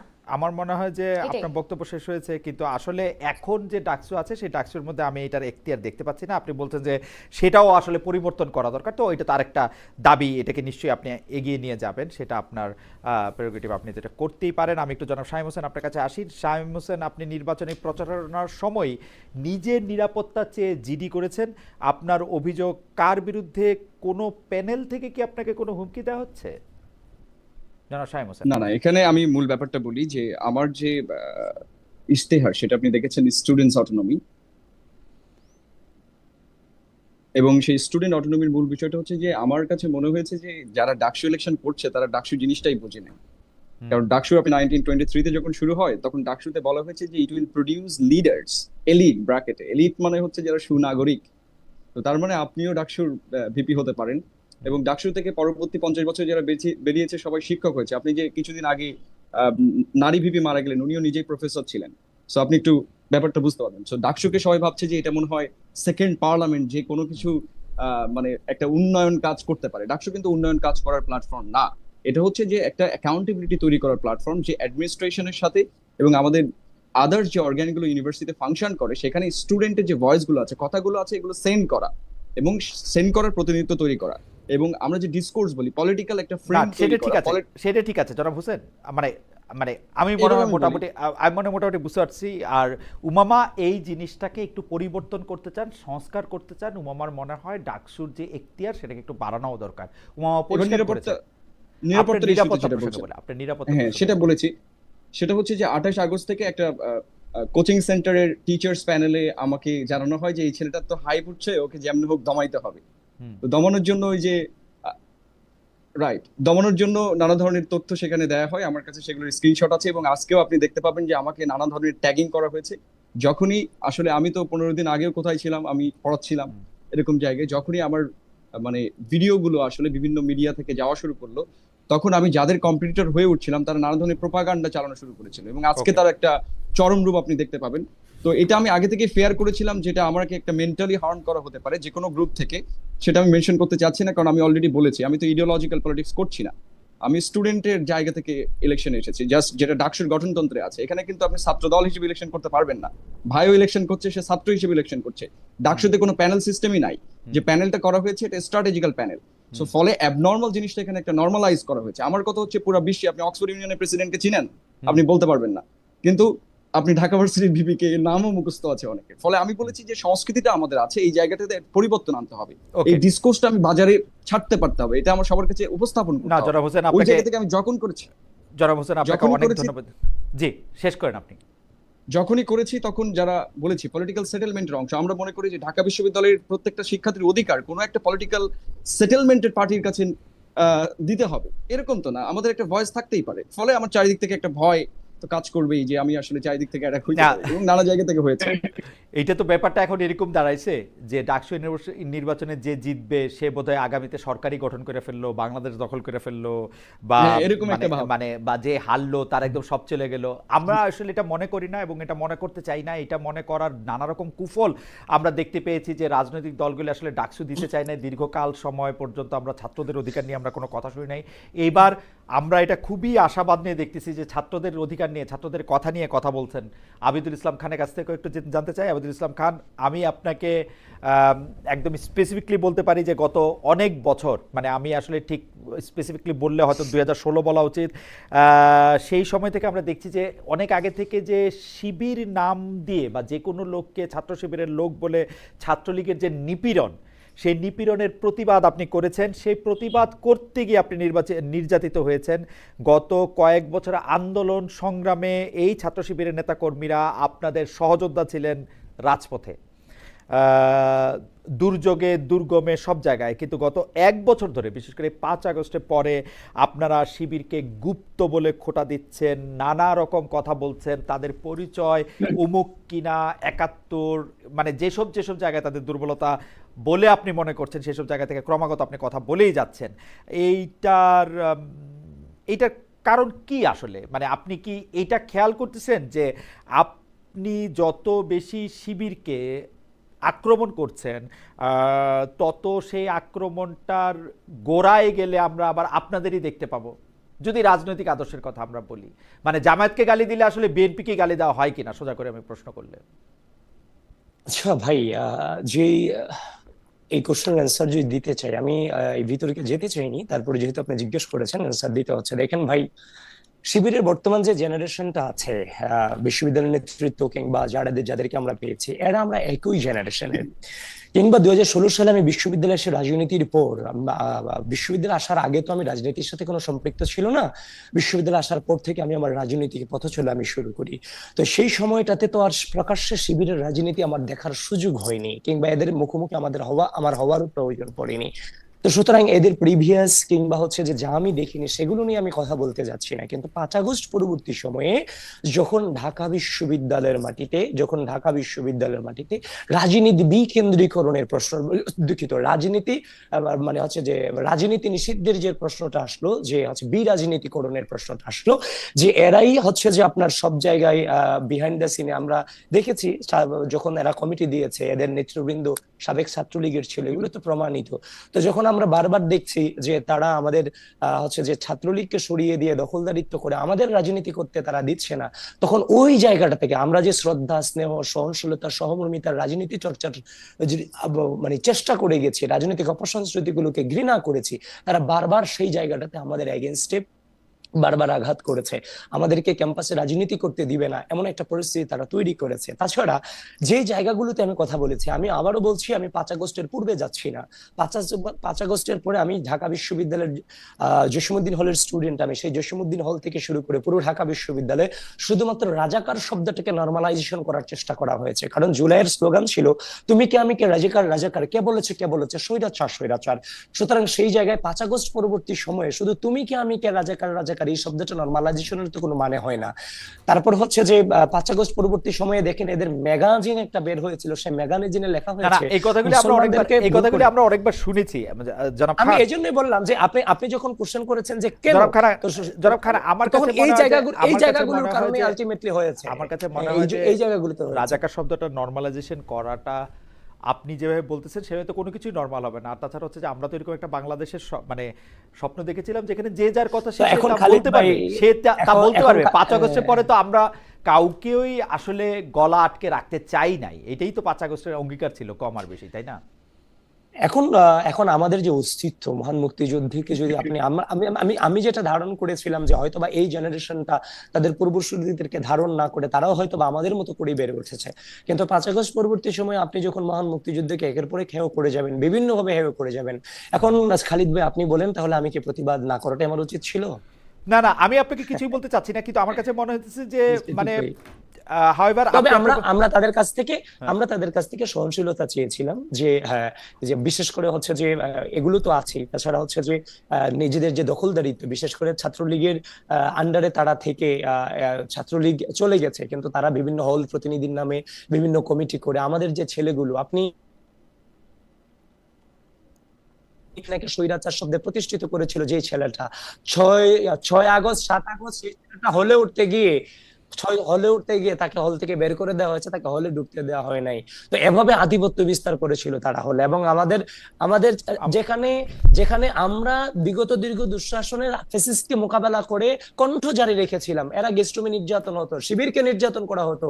আমি আজকে দেখেছেন যে আমি সে সময় এদের পক্ষে পোস্ট দিয়েছি, তো তারাই যখন 5 আগস্টের পরে আমার রাজনীতির অস্তিত্ব নিয়ে প্রশ্ন করবে, তখন তো ভাই এটা স্বাভাবিক ব্যাপার, আমি আমার অস্তিত্ব টিকিয়ে রাখার জন্য প্রতিবাদ করব না। জনাব আব্দুল ইসলাম খান, আমি আজকে আর আপনাকে কারণ এটা ইলেকশনের ঠিক আগা মুহূর্ত, আমি এটা নিয়ে ভাই, হ্যাঁ, শুধু আপনার অবস্থানটাই জানতে চাইছিলাম। আমি জনাব আব্দুল কাদের কাছে একটু যাই। জনাব আব্দুল ইসলাম খান, আমি আপনাকে- আমি আমি আমি আর আমি আমার জায়গা থেকে এখনো চাই প্রত্যেকেই প্রত্যেকের জায়গা থেকে শ্রদ্ধা, স্নেহ, সহনশীলতা, সহমর্মিতা ধারণ করুক। আমরা যেন এই 5 আগস্ট পরবর্তী সময় বাংলাদেশে আমরা কেউ কারো শত্রু হতে পারি না। Exactly. আমি এই ধারণাটাকে এখন এক্স্যাক্টলি। কিন্তু আপনি অনেক রেগে রেগে কথা বলেন মাঝে মাঝে, এত রেগে রেগে না কথা বললেও পারেন জনাব আব্দুল ইসলাম খান। না না না, আমার আমার আমার রাগটা খালেদ মহিউদ্দিন ভাই, আমার যে রাগটা সেদিন দেখেছেন আপনারা, সেটা হচ্ছে ডাকসু নির্বাচনকে একজন ব্যক্তির হচ্ছে যে পক্ষে বিপক্ষে রিট আসবে, না, ঠিক তার আছে, পক্ষে রিট, ঠিক তার আছে, ঠিক প্রার্থী আছে। চালিয়ে আমরা যাবে। কারণ নিয়ে আর কথা যখন আপনি পুরো আমরা পুরো কারণ নিয়ে ডাকসু আর কথা না বলি। নির্বাচনকে যখন আপনি বন্ধ করে দিবেন, তখন তো শিক্ষার্থীদের অধিকার না, না, আদায়ের আমার জন্য কারণ- আমি সর্বোচ্চ আমার সবসময় আপোষহীন ছিলাম। না, কারণ যেরকমই হোক, মানে আমার মনে হয় যে এত রাগ হয়ে কথা বলাটা কেমন জানি। হাওয়েভার, আমি জনাব আব্দুল কাদের আপনার কাছে একটু আসতে চাই। মানে জামাত শিবির নেতারা আগে বিএনপিকে বলতো, এখন আপনাদেরকেও বলতে শুরু করেছে, যেহেতু আপনারা ক্রমাগতভাবে একিউজ করে যাচ্ছেন তাদের যে সাথে থাকলে সঙ্গী, না থাকলে জঙ্গি। এখন বিভিন্ন দাবি দাওয়া আদায়ে জনাব আব্দুল কাদের আপনারা কিন্তু জামায়াত শিবিরকে সাথে রাখেন, পাশে রাখেন, সামনে রাখেন, কিন্তু আবার যখন প্রয়োজন ফুরিয়ে যায় তখন রাজাকার বলেন।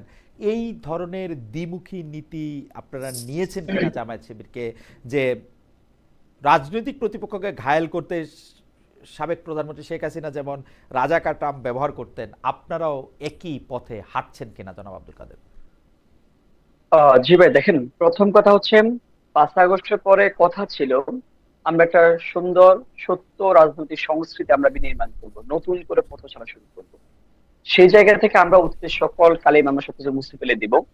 তো আপনি দেখেন 14ই জুলাই শেখ হাসিনা যে সবাইকে রাজাকার সম্বোধন করেছিল, শেখ হাসিনা সম্বোধন করা রাজাকার পরিপ্রেক্ষিতে শিক্ষার্থীরা হচ্ছে আপনার একটা ম্যাটাফর, একটা শব্দ হিসাবে সেটাকে প্রতিবাদের ভাষা হিসেবে নিজেকে রাজাকার দাবি করেছিল। কিন্তু আমরা দেখেছি একটা গোষ্ঠী সে রাজাকার শব্দটাকে নর্মালাইজ করার জন্য নিজের পক্ষে সে যদি যাচ্ছে নর্মালাইজ করলে, নর্মালাইজ করার জন্য কিন্তু একদম না, উপরে পড়ে লেগেছে। জনাব কাদের, আমি আপনি একটু- জনাব জানেন, কাদের, জনাব কাদের, আমরা আমি একটু কিন্তু থামাই। রাজাকার না, জনাব কাদের, আমি একটু আমাদের থামাই। concern জনাব কাদের, সেটাই আমি একটু কিন্তু। থামাই। রাজাকার শব্দ নরমালাইজ বলতে আপনি কি বুঝাতেছেন?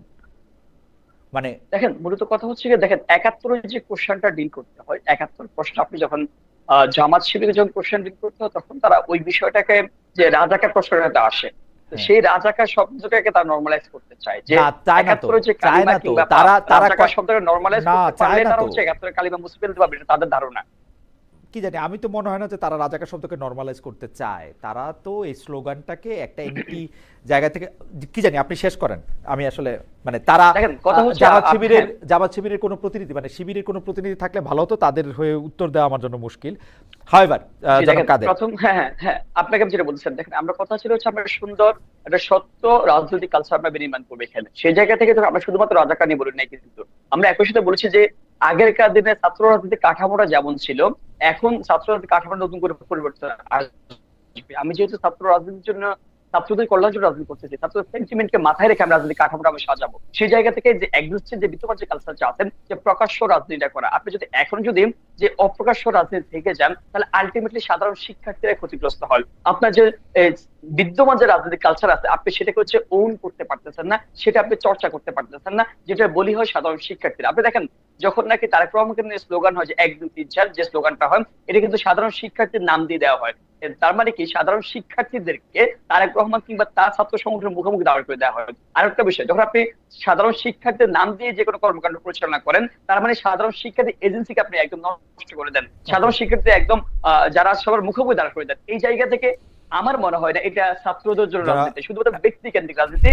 একই সাথে আরেকটা সুবিধা হচ্ছে কি জানেন, আপনার মনে হয় যে আবার যদি গন্ডম কৃষ্ণ ফিরে আসে, আবার যদি হচ্ছে আপনার যে নিপীড়নের কালচার ফিরে আসে, আপনি এখন যদি গুপ্ত আছেন, আপনি হয়তোবা আবারও যে আগে যে রাজনীতি আপনি ফিরে যাবেন। আর একটা বিষয় দেখেন, এটা একটা সুবিধাও আছে, কিন্তু না, মানে বারবার, মানে জনাব কাদের, শিবিরকে আপনি বারবার গুপ্ত বলতেছেন, তো এই 15 বছরে এই বিএনপি সমর্থিত ছাত্রদল নেতারা ছাড়া কেই বা প্রকাশ্যে, বা বাম সংগঠনগুলি ছাড়া, অল্প দুই একটা ছাত্রছাত্রী ছাড়া কেই বা প্রকাশ্যে কোন রাজনীতি, কার রাজনীতি কে করতে পেরেছে বলেন আপনি?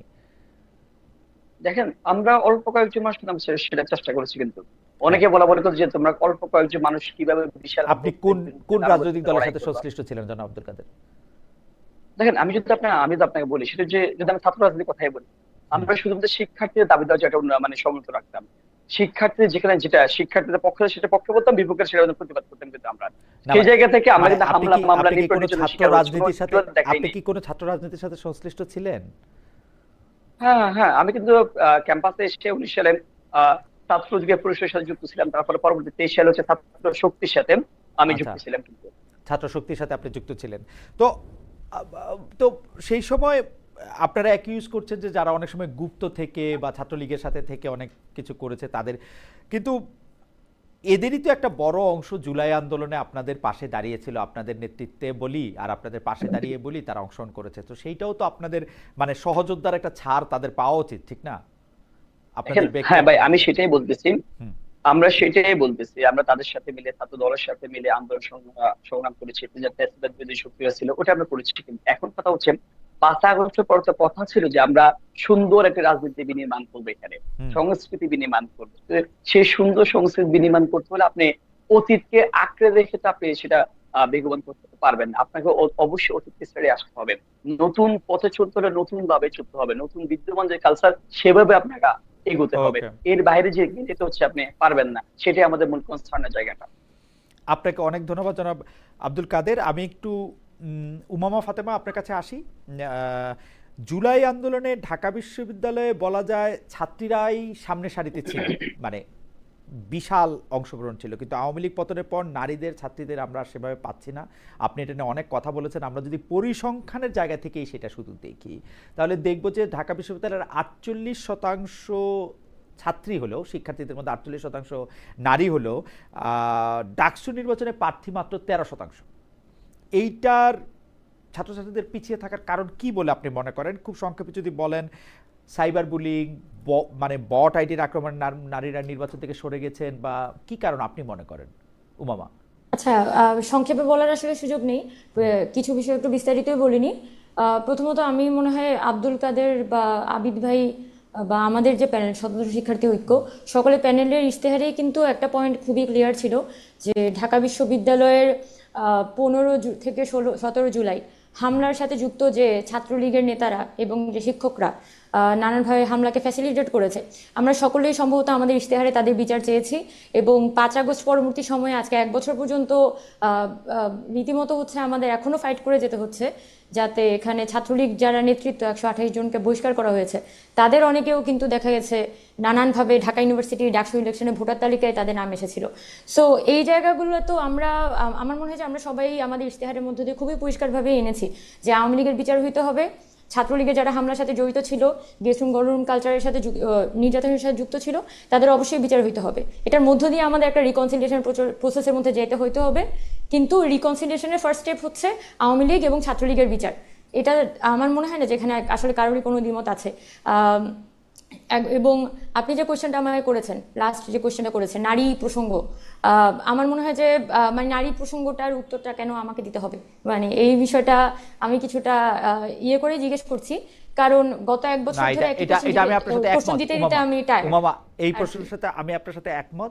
এইটা আসলে বাকি সবার এটা দেওয়া না, উচিত আমার ছিল। ধারণা আমি বাকি সরি, 3 জন এখানে আছে, হ্যাঁ, তাদেরই দেওয়া উচিত, তাদেরই দেওয়া উচিত। কিন্তু আপনি একটু কারণটা বলেন, আমরা মানে আপনার কাছ থেকে যদি একটু কারণটা শুনে নেই, কারণ আপনি এটা নিয়ে সবচেয়ে বেশি সোচ্চার, সেজন্য আপনার কাছে আমি একটু শুনে নিতে চাই জিনিসটা, কারণটা একটু বলেন। না, এখন ধরেন এবার ডাকসু ইলেকশনে মাত্র 13% হচ্ছে নারী তারা ক্যান্ডিডেন্সি করছে। আপনি যদি ডাকসুর দিকে তাকান, জাহাঙ্গীরনগরের যে বিশ্ববিদ্যালয়ের যে নির্বাচন, সেখানে তো হলগুলোতে নারী প্রতিনিধি পাওয়া যাচ্ছে না নির্বাচন করার জন্য। এবং আমি যখন মেয়েদের রুমে রুমে যাচ্ছি, কথা বলছি, তখন তাদের কথা জিজ্ঞেস করছি। অনেক ভোকাল মেয়েরা আন্দোলনে খুবই সামনের দিকে ছিল, তারা যখন ডাকসুতে পার্টিসিপেট করার কথা চিন্তা করছে, মানে মাথায় চিন্তা করছে এবং পরিবারের সাথে কনসাল্ট করতে গিয়েছে, পরিবারের সাথে সাথে হচ্ছে যে ফার্স্ট কথা হচ্ছে না, করা যাবে না। কারণ মেয়েরা যদি হচ্ছে সামান্যতম তারা অনলাইনে এক্সপোজ হয়, তাহলে যে পরিমাণে গালি গালাজ এবং বুলিংয়ের শিকার হতে হয়, সাইবার স্পেস হ্যারাসমেন্টের শিকার হতে হয়, সেটা আমাদের সোসাইটিতে অ্যাটলিস্ট আমাদের পরিবারগুলা কোনোভাবেই চায় না। এখন কথা হচ্ছে গত 5 আগস্টের পরে আমি বলতেই টায়ার্ড, তো তাও বলছি যেহেতু আপনি জিজ্ঞেস করেছেন। সেটা হচ্ছে 5 আগস্টের পরে প্রথমত পলিটিক্যাল স্পেস, যেটা আমাদের যে বৈষম্য বিরোধী বলি বা জাতীয় রাজনীতির যে স্পেসটা, প্রত্যেকটা জায়গা থেকে নারীদেরকে একদমই সাইড করে ফেলা হয়েছে বিকজ নারীদেরকে সাইড করা সহজ। এবং দ্বিতীয়ত আমাদের সরকার, যেটা বর্তমান অন্তর্বর্তীকালী সরকার, তাদের কাছে গিয়ে আমরা যখন বলি যে আপনারা সাইবার বুলিংগুলোর বিচার করেন, তখন তারা খুব স্পেসিফিক্যালি বলে যে আমাদের আসলে কিছু নাই, আমি কিছু করতে পারবো না, তুমি ওই আইডিগুলো থেকে রিপোর্ট করো। So it was the type of answers that you got. Okay. এরপরে যেটা হয়, যখন আমরা বিশ্ববিদ্যালয় প্রশাসনের কাছে, আমি গত মার্চ মাসে দেখা যায় আমার উপর প্রচন্ড পরিমাণে সাইবার স্পেস হ্যারাসমেন্ট হচ্ছিল, এবং অনেকেই, আমি রিয়েল আইডি খুঁজে খুঁজে পর্যন্ত দিয়েছি যে এইগুলো এত মানুষ, রিয়েল মানুষ যারা এই কাজগুলো করছে। এবং ঢাকা বিশ্ববিদ্যালয়ের একটা গ্রুপ আছে, ঢাকা বিশ্ববিদ্যালয় শিক্ষার্থী সংসদ 1 আর 2, সেখানে দেখা যাচ্ছে আমাকে নিয়ে রীতিমতো তাদের খুবই আজে বাজে ভাষায় হচ্ছে কথা বলছে, ফেক আইডি থেকে পোস্ট করা হচ্ছে। আমি বিশ্ববিদ্যালয় প্রশাসনের কাছে যাই, প্রশাসনের কাছে গিয়ে বলি যে এগুলো যে হচ্ছে আপনাদের, এগুলোর আপনার অ্যান্সার কি, আপনি ওদের অ্যাডমিন মডারেটরকে ডাকতেছেন না কেন? তখন বলে যে আসলে কি বলবো, তুমি তো দেখতেই পাচ্ছ পরিস্থিতি। আমি বুঝে গেছি যে পরিস্থিতি আমি দেখতেই পাচ্ছি এবং পরিস্থিতি আমার এইভাবে দেখেই যেতে হবে। সো যেখানে আমি এতটা ভোকাল মেয়ে হওয়া সত্ত্বেও আমাকে প্রতি মুহূর্তেই আসলে এক একটা হ্যারাসমেন্টের শিকার হতে হচ্ছে, আপনি কিভাবে করে এক্সপেক্ট করেন যে ঢাকা ইউনিভার্সিটি যারা জেনারেল স্টুডেন্ট, যারা হয়তো পর্দা করে, যখন হচ্ছে যে আপনার আন্দোলন সংগ্রাম আসে তখন ওরা খুবই ভোকাল হয়ে যায়, সেই মেয়েগুলা যে যাদের কোনো পলিটিক্যাল পারপাস নাই লাইফে, সেই মানুষগুলো কেন সাহস নিয়ে হচ্ছে এই জায়গায় আসবে? এখানে Okay. বাকি এখানে অন্যান্য ছাত্র সংগঠনগুলো আছে, তাদেরকে আমি ওইটা জিজ্ঞেস করবো যে তারা কি ওই সাইবার স্পেস হ্যারাসমেন্টগুলো নিয়ে কখনো কোনো ধরনের পদক্ষেপ নেওয়ার চেষ্টা করেছেন? নিজের দলের সংগঠনের নারীরা আক্রমণ হওয়া বাদে কখনোই আমি দেখিনি যে রাজনৈতিক সংগঠনগুলোর পক্ষ থেকেও কখনো কোনো সুরাহা আমরা পেয়েছি বা সরকারের পক্ষ থেকে সুরাহা পেয়েছে। So the answer is very clear, very Okay. Clear. আমি যে আজকে এখনো পর্যন্ত এই জায়গায় টিকে আমার মনে আছি হয় যে- তার আমার একটা মনে- একমাত্র আমার মনে- কারণ আমার প্রচন্ড রকমের মানসিক দৃঢ়তা এখানে শো করতে হয়েছে Okay. এই ধরনের বুলিং এবং হ্যারাসমেন্টের বিরুদ্ধে। আমার মনে হয় যে উমামারে অনেক ধন্যবাদ। আমি আসলে শেষ আলোচ্য বিষয়টা এটা রেখেছিলাম, উমামার থেকে আমরা কারণটা জেনে নিলাম, আমরা শেষ করব অনুষ্ঠান সবার এই ব্যাপারে মতামত জেনে। কিন্তু তার আগে শামীম হোসেনকে আমার যে প্রশ্নটা করা দরকার, সে শামীম হোসেনকে সেই প্রশ্নটা করি। শামীম হোসেন, আপনি নারী ইস্যুটা, কেন নারীদের অংশগ্রহণ বিশ্ববিদ্যালয়ে কম, সেটি আপনি বলবেন, কিন্তু আমাকে আগে এই প্রশ্নটির উত্তর আপনাকে দিতে হবে। যে সেটি হলো যে আপনি একাডেমিক জায়গা থেকে ঢাকা বিশ্ববিদ্যালয়কে বড় দেখার আকাঙ্ক্ষা প্রকাশ করে আসছেন। আগের প্রশ্ন আপনি তার কাছাকাছি কথাই বলেছেন, আপনার নির্বাচনী প্রচারেও ক্রমাগতভাবে তাই বলা হচ্ছে, কিন্তু অনেকেই বলছে যে আপনার অবস্থান, এই অবস্থান অনেকটা পশ্চিমা ধ্যান ধারণা থেকে ধার করা। আপনি পশ্চিমা ধাঁচকে গ্রহণ করছেন, মানে একদম আষ্টে পৃষ্ঠে। কট্টর সমালোচকরা বলছেন যে যারা বিরাজনীতিকরণ চায় আপনি আসলে তাদের প্রতিনিধি। আপনি যদি একটু ছোট করে বলেন। না, ব্যাপারটা হচ্ছে বাংলাদেশে যে গ্রাজুয়েট তৈরি হচ্ছে না, নারীর বিষয়ে বলি, যে ঢাকা বিশ্ববিদ্যালয়ে যে পিওর নারীর গ্রাজুয়েট বিষয়টা তৈরি নারীর করতে বিষয়টা আপনি শেষে, নারীর বিষয়টা আপনি শেষে বলেন। আপনি আসলে আমি উচ্চ দুইটাকে শিক্ষাটা বলেন। একসাথে অ্যাড্রেস আচ্ছা, অ্যাড্রেস করতে, ঠিক আছে, অ্যাড্রেস করতে পারলে ভালো। জি বল। ব্যাপার হচ্ছে যে একটা বিশ্ববিদ্যালয় যে গ্রাজুয়েট তৈরি করতে ব্যর্থ হচ্ছে, তার সবচেয়ে বড় প্রমাণ হচ্ছে এটা, যে তারা মনে করে যে পলিটিক্সে অংশগ্রহণ করা মানে পলিটিক্যাল পার্টিতে সাবস্ক্রাইব করা। স্টুডেন্ট পলিটিক্স মানে কি? আপনি দেখেন, পলিটিক্যাল শব্দটার মানে অনেকে জানে না। পলিটিক্যাল মানে হচ্ছে টু বি পোলাইট, মানে সভার সদস্য হওয়া, আলোচনায় অংশ নেয়া। দেখেন, একসময় নারীদেরকে অবলা বলা হতো এবং রবীন্দ্রনাথের মতো লোকে এরকম শব্দ ব্যবহার করেছে। তো অবলা কেন? কারণ হচ্ছে যে অবলা মানে হচ্ছে অ্যাপলিটিক্যাল। পলিটিক্যাল মানে হচ্ছে যে আপনার উপরে যে আইন প্রয়োগ করা হবে সেই আইনে আপনি কথা বলতে পেরেছেন কিনা। তো ডাকসু প্রতিষ্ঠাই তো করা হয়েছে স্টুডেন্টদের উপর যে আইন করা হবে সিন্ডিকেটে, সেই আইনটা তৈরি করার জন্য। আমাদের সমাজে এমনকি ঢাকা বিশ্ববিদ্যালয়ে নারীদের উপর যে আইন করা হয়, সেই আইনে নারীদের কথা কি শোনা হয়, নাকি অন্য কেউ সেই আইনটা ঠিক করে দেয়? ফলে তাদেরকে এক ধরনের অ্যাপলিটিক্যাল বানিয়ে রাখা হয়েছে। পলিটিক্স মানে হচ্ছে যে আমার কথাটা আমি প্রেজেন্ট করতে পারছি কিনা। শামীম কি আমাদের যে শোনা যাচ্ছে? স্টুডেন্ট আছে, আমি কিন্তু শামীমকে শুনতে পাচ্ছি না। শামীম আবার একটু বলবেন? আমির ভাই, আমি কিন্তু শামীমের শেষ কথা শুনতে পাইনি। ওকে, আছে আমাদের সঙ্গে? শামীম একটু হ্যালো বলেন তো আমাদের। হ্যাঁ হ্যালো না, আমি শামীমকে হ্যালো শুনতে হ্যালো পাচ্ছি না। শোনা যায় কেন? আমি শামীমকে শুনতে পাচ্ছি না। শামীমের সংযোগটি ঠিক হোক, আমরা ততক্ষণ একটু জনাব আবিদুল ইসলাম খানকে শুনি। জনাব আবিদুল ইসলাম খান, উমামাকে আমি যে প্রশ্নটি করেছিলাম সেই প্রশ্নটি আমার শেষ প্রশ্ন। শামীমের যোগাযোগটি শেষ হলে আমরা আবার ওর কাছে যাব, কিন্তু আমরা আপনার কাছ থেকে একটু শুনে নিতে চাই যে আপনি বা জনাব আব্দুল কাদের, আপনারা দুজন নারী ইস্যুতে এটা কি মনে করেন, নারীরা কেন এই ডাকসুতে অংশগ্রহণ করার ব্যাপারে, বা আবিদ? জি, আসলে এই আমি কিন্তু 5 আবেগকেও আগস্ট শুনতে পাচ্ছি না। পরবর্তী সময়ে শুনতে পাওয়া যাচ্ছে না?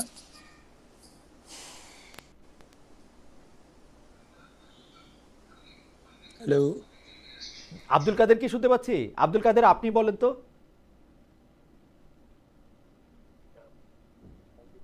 হ্যালো, আমাকে শোনা যায়? Hello, hello, hello. হ্যালো। জনাব কাদের আপনি একটু বলেন তো, আমি দেখি আপনাকে শুনতে পাচ্ছি কিনা। হ্যাঁ, আসলে আসলে আমার আমার মাইক্রোফোনটারই ব্যাটারি মনে হয় হ্যাঁ, আমি সবার নাই। কথা শুনতে কারণ পারছি হচ্ছে যে ভালোভাবে। আমি আপনাদের শুনতে পাচ্ছি, তাহলে আপনি বলেন, আমি এখান থেকে শুনে নিচ্ছি। জনাব আমি আমি কথা বলছিলাম শামীম হোসেনের সঙ্গে। শামীম হোসেন কথাটি শেষ করতে পারেনি, কিন্তু যেহেতু আমি আদিল আপনাকে শুরু করতে বলেছিলাম, আপনি যদি একটু আবিদ আপনি যদি একটু বলেন কেন জি, নারীরা, আমরা শামীমকে আসলে সবার 5 শেষে আগস্ট শুনি। 5 আগস্ট পূর্ববর্তী সময়ে হচ্ছে যে 5 আগস্টের পরের সময়টাতে আমরা নারীদের উপস্থিতি অনেক কম দেখেছি বিভিন্ন জায়গায়। তো এখন এই যে গণঅভ্যুত্থান হয়েছে, গণঅভ্যুত্থানে ঢাকা বিশ্ববিদ্যালয়ের নারীদের ভূমিকা, মেয়েদের ভূমিকা অনেক বেশি ছিল। কারণ এই যে 15 তারিখ 14 জুলাই রাতে বিভিন্ন হলগুলোর গেট ভেঙে থালা বাটিতে চামচের শব্দ করে তারা যে বেরিয়ে এসেছিল, এটা ছিল আমাদের সাহস। এবং 16-17 তারিখ রাতগুলোতে ঢাকা বিশ্ববিদ্যালয়ের মেয়েদের যে গান এবং হচ্ছে যে মিছিল ছিল হলগুলো থেকে, এগুলো ছিল পরের দিনে আমাদের মাঠে নামার সাহস। তো এবং 15 তারিখ ভিসি চত্বরে আমাদের বোনেরা যেভাবে হামলার শিকার হয়েছিল, গোটা বিশ্ব কিন্তু হচ্ছে যে নেড়ে বসেছিল শুধু, মানে বিশেষ করে নারীদের উপরে এই আঘাতটা আসার পরে। কিন্তু 5 আগস্ট পরবর্তী সময়ে আমরা দেখতে পেলাম ক্যাম্পাসটা কেন যেন নারীদের জন্য অনিরাপদ হয়ে গেল। আমরা দেখেছি মোরাল পুলিশিং এর শিকার হতে দেখেছি, ওড়না ওড়না নিয়ে মোরাল পুলিশিং এর শিকার হতে দেখেছি। তারপর হচ্ছে যে বহিরাগতরা ক্যাম্পাসে এসে গোপনে নারীদের ছবি তুলতে আমরা দেখেছি। এবং হচ্ছে যে চট্টগ্রামে হচ্ছে যে লাথি দিয়ে আন্দোলনকারী নারীকে মাটিতে ফেলে দিতে দেখেছি। তো একটা সমাজে অপরাধ ঘটাটা অস্বাভাবিক নয়, কিন্তু যখন আপনি মানে অপরাধকে আপনি ফুল দিয়ে, তারপর হচ্ছে ফুলের মালা দিয়ে আপনি সেলিব্রেশন করবেন পরবর্তীতে, নিঃসন্দেহে এটা ভয়াবহ রকমের অস্বাভাবিক। তো এখন ঢাকা বিশ্ববিদ্যালয়ে 5 আগস্ট পরবর্তী সময়, বিশ্বাস করবেন কিনা আমি জানি না, বাংলাদেশ জাতীয়তাবাদী ছাত্র দলের নারীদেরকেও এত বারের হ্যারাস করা হয়েছে বিশ্ববিদ্যালয় গ্রুপগুলোতে প্রকাশ্যে, এবং কি তাদের রিয়েল আইডি দিয়ে। আমরা এগুলো নিয়ে বিশ্ববিদ্যালয় প্রক্টর বরাবর স্ক্রিনশট সহ নিজস্ব তাদের যে আইডি ছিল এগুলো দিয়ে আমরা অভিযোগ প্রদান করেছি, কিন্তু বিশ্ববিদ্যালয় প্রশাসন এক বিন্দু পরিমাণ কোনো ব্যবস্থা জনাব গ্রহণ আবিদ করতে আপনি একটু সেখানে সংক্ষিপ্ত ব্যর্থতা করবেন দিয়েছে। আপনার মানে হ্যাঁ, মানে তো শেষ লাইনটা এখন যদি একটু বলেন। এখন এই জায়গায় শেষ লাইনটা হচ্ছে যে বিশেষ করে সাইবার বুলিংটা যে আকারে হচ্ছে, যেমন দেখেন নারীদের সাথে, নারীরা যখন আমাদের সাথে, আপনি ইতিমধ্যে দেখেছেন, কেউ বলছে ভাইয়া আপনারা, আমার বাবা বলছে আপনাকে ভোট দেওয়ার জন্য, কেউ ছবি তুলছেন। এইগুলো যখন আমাদের সাথে ছবি তুলছেন, সেলফি তুলছেন, এগুলো যখন অনলাইনে ছাড়া হচ্ছে, কিংবা কোনো না কোনো ভাবে মিডিয়া এগুলোকে ক্যাশ করে অনলাইনে ওকে, ছাড়ছে, ওইখানে গিয়ে দেখেন, কমেন্ট গুলো দেখেন, জনাব এই আবিদ ইসলাম সাইবার খান আপনাকে বুলিংটাই হচ্ছে সবচেয়ে আপনাকে ধন্যবাদ। ক্ষতিগ্রস্ত আমার করছে ধারণা আর কি আপনি এই জায়গাটাতে। আমার মনে হয় যে আপনি পরিষ্কার করেছেন, আপনাকে অনেক ধন্যবাদ। জনাব আব্দুল কাদের আপনি যদি খুব মানে সংক্ষেপে 1 মিনিটে যদি আপনি একটু বলেন। দেখেন, প্রথম কথা হচ্ছে আমাদের সমাজের মধ্যে নারীদের সম্পর্কে একটা বদ্ধমূল ধারণা আছে। নারী মানে সে চার দেওয়ালের মধ্যে বন্দী থাকবে, নারী মানে সে সমাজ সবকিছুর বাইরে কি শুধু সংসার সে সামলাবে, নারীদের সম্পর্কে ধারণাটা আছে। তো সেই ধারণা আমরা আস্তে আস্তে উত্তরার চেষ্টা করতেছি, আস্তে আস্তে নারী বিশ্ববিদ্যালয় লেভেলে আসতেছি, কিন্তু এই যে সংস্কৃতি, এই যে কালচারটা, সেটা নারীদের পক্ষে উত্তরণ আদতে সম্ভব না, কারণ আমরা বদ্ধমূল ধারণা চেঞ্জ করতে পারি নাই।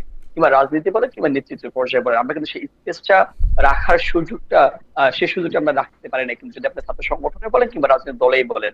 অথচ আমরা দেখেছি এই নারীরা আপনার গণঅভ্যুত্থানে আমাদের সামনে ডাল হয়ে দাঁড়িয়েছে, কিন্তু এই নারীদেরকে পরবর্তী আমরা বদ্ধমূল ধারণার জায়গা থেকে আবারও গড় পাঠিয়ে দিতে চাই, আবারও চার দেওয়ালে বন্ধ করতে চাই। সামনে আসলে আবারও কোনো প্রতিবাদ করতে আসলে তাকে আমরা ফ্লাইং কিক দিই, আবারও তাকে যে আবার ফ্লাইং কিক দিয়ে তাকে আবার ফুলে মালা দিয়ে বরণ করে নিই।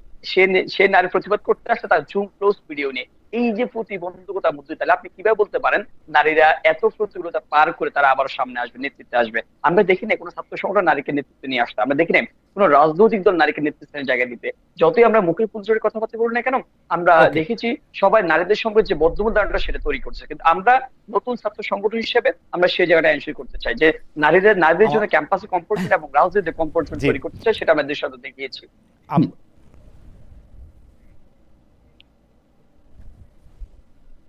আমরা আপনাকে অনেক ধন্যবাদ জনাব আব্দুল কাদের। আমি এই পর্যায়ে জনাব শামীম হোসেন আপনাকে আপনার বক্তব্য শেষ করার আহ্বান জানাই। যে আপনি নারী এবং উচ্চশিক্ষা নিয়ে আপনি বলছিলেন, উমামা একটি প্রশ্ন তুলেছিলেন আপনাদের তিনজনের জন্য, সে প্রশ্নে আমাদেরও ছিল। উমামার জায়গা থেকে বলেছেন আপনি নারী এবং উচ্চশিক্ষার প্রতি যে আপনার আকাঙ্ক্ষা সেটা একটা বিদেশি বা পশ্চিমা ধাঁচের সেটা কিনা, এবং আপনার বিরাজনীতিকরণের একটা কৌশল কিনা। আপনি খুব অল্প সময় যদি শেষ করেন শামীম। না, আমাকে একটু বেশি সময় দিতে হবে কারণ প্রশ্নতে একটু সময় দিয়েছেন। আমি বলি যে রাজনীতি জিনিসটাই না, আমাদের ইউনিভার্সিটি গুলো যে ফেল করছে তার একটা প্রমাণ হচ্ছে যে আমাদের গ্রাজুয়েটদের ভেতরের যে কথাগুলো বেরিয়ে আসে বিভিন্ন ইউনিভার্সিটি ছেলে মেয়েদের মুখ দিয়ে, সেটা দিয়ে একটা প্রমাণ পাওয়া যায়। অনেকে ডিক্লোনাইজেশন কথাটা বলে, ডিক্লোনাইজেশন মানে হচ্ছে দেশীয় স্টাইল ইউনিভার্সিটি চালাতে হবে। রবীন্দ্রনাথ যেটা বলে ইস্টার্ন ইউনিভার্সিটি, তো আমি দেশীয় স্টাইলে যদি ইউনিভার্সিটি চালাতে চাই সেই সিস্টেমও ঢাবিতে আছে। সেটা কি? House tutoring system. আমরা পড়ি না মক্তবে মাদ্রাসা, আমাদের টিচাররা পাহারা দেয়, আমরা পড়ি, সেই সিস্টেম কিন্তু ঢাবিতে আছে। ফলে আমি বলেছি ঢাবির যে বিদ্যমান কাঠামো আছে সেখানে যে সিস্টেমগুলো আছে অলরেডি সেগুলো ভালো, কিন্তু সেগুলো চলে না, মানে সেগুলো চালানো হয় না। আপনাকে জাস্ট ওটা ফাংশন করাইতে হবে। তো এই ফাংশন করানোটা হচ্ছে, যদি আপনি বলেন যে এটা পশ্চিমা ধারণা, এখন ইউনিভার্সিটি জিনিসটা ইউনিভার্সাল। আপনি জার্মান ফিলোসফি যদি মানে ঢাকা বিশ্ববিদ্যালয়ে না পড়াতে দেন তাহলে আপনার ইউনিভার্সিটি দরকার নাই। ইউনিভার্সালিটি থেকে ইউনিভার্সিটি আসছে, ফলে সেখানে সব জিনিসই একই সাথে চর্চা হবে। আমাদের কিন্তু প্রথম যে ডিপার্টমেন্টগুলো তৈরি করা হয়েছে, ইসলামিক স্টাডিজ ডিপার্টমেন্ট, একই সাথে আবার ইংলিশ ডিপার্টমেন্টও তৈরি করা হয়েছে 1921 সালে। তার মানে এই ইউনিভার্সিটি এইভাবেই ফাংশন করবে যে সবগুলো আইডিয়া সেখানে থাকবে, এটার সাথে পশ্চিমা বা এরকম সম্পর্ক নেই। আরেকটা বিরাজনীতিকরণের কথা বলেছেন, আমি বললামই যে এই যে নারীদেরকে রাজনীতিতে আসতে দেওয়া হচ্ছে না, এটার প্রমাণ হচ্ছে যে আমরা কোনো পিওর গ্রাজুয়েট ইউনিভার্সিটি থেকে তৈরি করতে পারছি না। আমরা যে সকল নেতা প্রডিউস করছি ইউনিভার্সিটি থেকে, কর্মী প্রডিউস করছি, তাদের কগনিটিভ নলেজের কথা চিন্তা করেন। একটা রাজনীতি মানে কি? What is politics? পলিটিক্স মানে হচ্ছে যে আপনার উপর যে আইন করা হবে সেই আইনে আপনার অংশগ্রহণ আছে কিনা, এটাকে বলে টু বি পোলাইট। পোলাইট মানে হচ্ছে সভ্য, আপনি জানেন, সবার সদস্য, আমরা যাকে লেজিসলেচার বলি। তো আমাদের বিশ্ববিদ্যালয়ে নারীদের উপর যে আইন করা হয় সেই আইনগুলোতে নারীদের কথা বলতে দেওয়া হয় না। আপনি দেখেন কোথাও কথা বলতে দেওয়া হচ্ছে কিনা, তাদের সেই স্পেসটা তৈরি করতে দেওয়া হয় না। আপনারা বারবার বলবেন যে আমাদের প্রধানমন্ত্রীরা তো নারী ছিল, সে ডিসিশন কি নারীরা নিতে পেরেছে? দুইটা প্রধানমন্ত্রী থাকা অবস্থায় নিতে পারে নাই। তো আমি যেটা বলেছি যে এটা বিরাজনীতিকরণ নয়, স্টুডেন্ট পলিটিক্স মানে হচ্ছে স্টুডেন্টের উপরে যে আইন করা হবে সেখানে স্টুডেন্ট অংশগ্রহণ করবে। কিন্তু আমাদের ধারণা হয়েছে যে আপনাকে কোনো পার্টি সাবস্ক্রাইব করতে হবে পলিটিক্যাল হতে গেলে। আমি তো এখন স্টুডেন্ট পলিটিক্সে করছি, I am talking about the students policy. So এটা তো স্টুডেন্ট পলিটিক্যালের অংশ, তাই না? এখন কেউ যদি প্রক্সি হয় সেটা আলাদা ব্যাপার। আমরা স্টুডেন্ট পলিটিক্স ভাবতে প্রক্সি ভেবেছি। আপনি দেখেন ডোনাল্ড ট্রাম্পকে হার্ভার্ড ইউনিভার্সিটিতে কোনো প্রক্সি পলিটিক্যাল অর্গানাইজেশন চালায়। আপনি যদি, আমার মনে হয় যে আপনার মুদ্রা বক্তব্য পরিষ্কার, আপনি যদি শেষ করেন, মানে আমাদের সবাইকে শুভেচ্ছা জানিয়ে আপনারা। তো এটা আসলে মানে বিরাজনীতিকরণ নয়, আমি বলেছি যে এটাই আসলে স্টুডেন্ট পলিটিক্স। এখন যেটা হচ্ছে এটা প্রক্সি রাজনীতি, মানে আমরা সেন্টারে একটা প্রক্সি রাজনীতি এখানে করছি। আমি অমুক দলে, সারাদিন আদর্শিক লড়াই করে, আমাদের স্টুডেন্টের অধিকার নিয়ে কথাটা কোথায়? আমার মনে হয় যে মানে স্টুডেন্ট পলিটিক্স যেটা আমি খুবই করছি, বরং এটা আমরা বরং আরো আলোচনা আমরা আজকে শুনলাম। আপনারা ভিপি, আচ্ছা আমি হচ্ছে কিছু বলতে চাই। তারপরও আপনারা অধিকারের জায়গাটাতে, আচ্ছা অধিকারের জায়গাটাতে আমি একটু কথা আমাদের বলতে কি আবিদ চাই। কিছু সেটা বলতে হচ্ছে যে, চাইছেন? হ্যাঁ, অধিকারের জায়গাটাতে কথা বলতে চাই। দেখেন, গণঅভ্যুত্থান পরবর্তী সময়ে আমরা সবাই হচ্ছে যে একইভাবে উঠে এসেছি। এখন আমরা সবাই, আমার মনে হয় যে আমি যেহেতু আবিদ, আমি যেহেতু আজকে খুব ভালো শুনতে পাচ্ছি না, মানে এই পর্যায়ে এসে সম্ভবত আমার মানে যে ইয়ারপিসের ব্যাটারি কাজ করতেছে না ঠিকঠাক মতো, সেজন্য আজকে আমরা অনুষ্ঠান এখানে শেষ করি। কিন্তু আপনাদের সবাইকে আমার আন্তরিক শুভেচ্ছা, শুভকামনা। আপনারা চমৎকার, মানে আমি কি বলবো যে আমাদের ভবিষ্যৎ আপনারা যারা এখানে আসেনও নাই, আমি কারো প্রতি কোনো পক্ষপাতিত্ব বা বিপক্ষপাতিত্ব করতে চাই না। এটার শব্দটা কি শামীম? পক্ষপাতিত্বের উল্টা শব্দটা, বা মানে পক্ষপাতিত্ব করতে চাই না, আবার বিপক্ষেও থাকতে চাই না। তো সেই জন্য আমি বলতেছি যে আপনাদের সবাইকে শুভেচ্ছা। কিন্তু আমি চাইবো যে কালকে আপনারা একটা মারামারি, গালাগালি, তারপরে হচ্ছে যে খুবই কষ্ট পাওয়ার একটা ইলেকশন থেকে বাদ দিয়ে আপনারা একটা খুবই আনন্দ করে হাসি খুশি সবাই নির্বাচনে আসুক, অংশগ্রহণ করুক। আমাদের ডাকসু আসলে আমরা কেমন ডাকসু চাই সেটার একটা মানে প্রমাণ আমরা দেখি। আপনাদের সবাইকে, মানে আবিদুল ইসলাম খান, আব্দুল কাদের, উমামা ফাতেমা, শামীম হোসেন, আপনাদের সবাইকে ধন্যবাদ। চারজন তো আর একসঙ্গে ফার্স্ট হবেন না, কিন্তু যেই ফার্স্ট হন সেই আমার অভিনন্দন জানবেন, বা আপনাদের বাইরেই যে ফার্স্ট হয় সে আপনাদের অভিনন্দন জানবেন। আপনাদেরকে অনেক অনেক ধন্যবাদ। অনেক দর্শক ছিলেন আজকে আমাদের সঙ্গে, তাদের সবাইকে তো অনেক ধন্যবাদ জানিয়ে, যারা ফার্স্ট হবেন, যারা ডাকসুতে আসবেন, তাদের সবার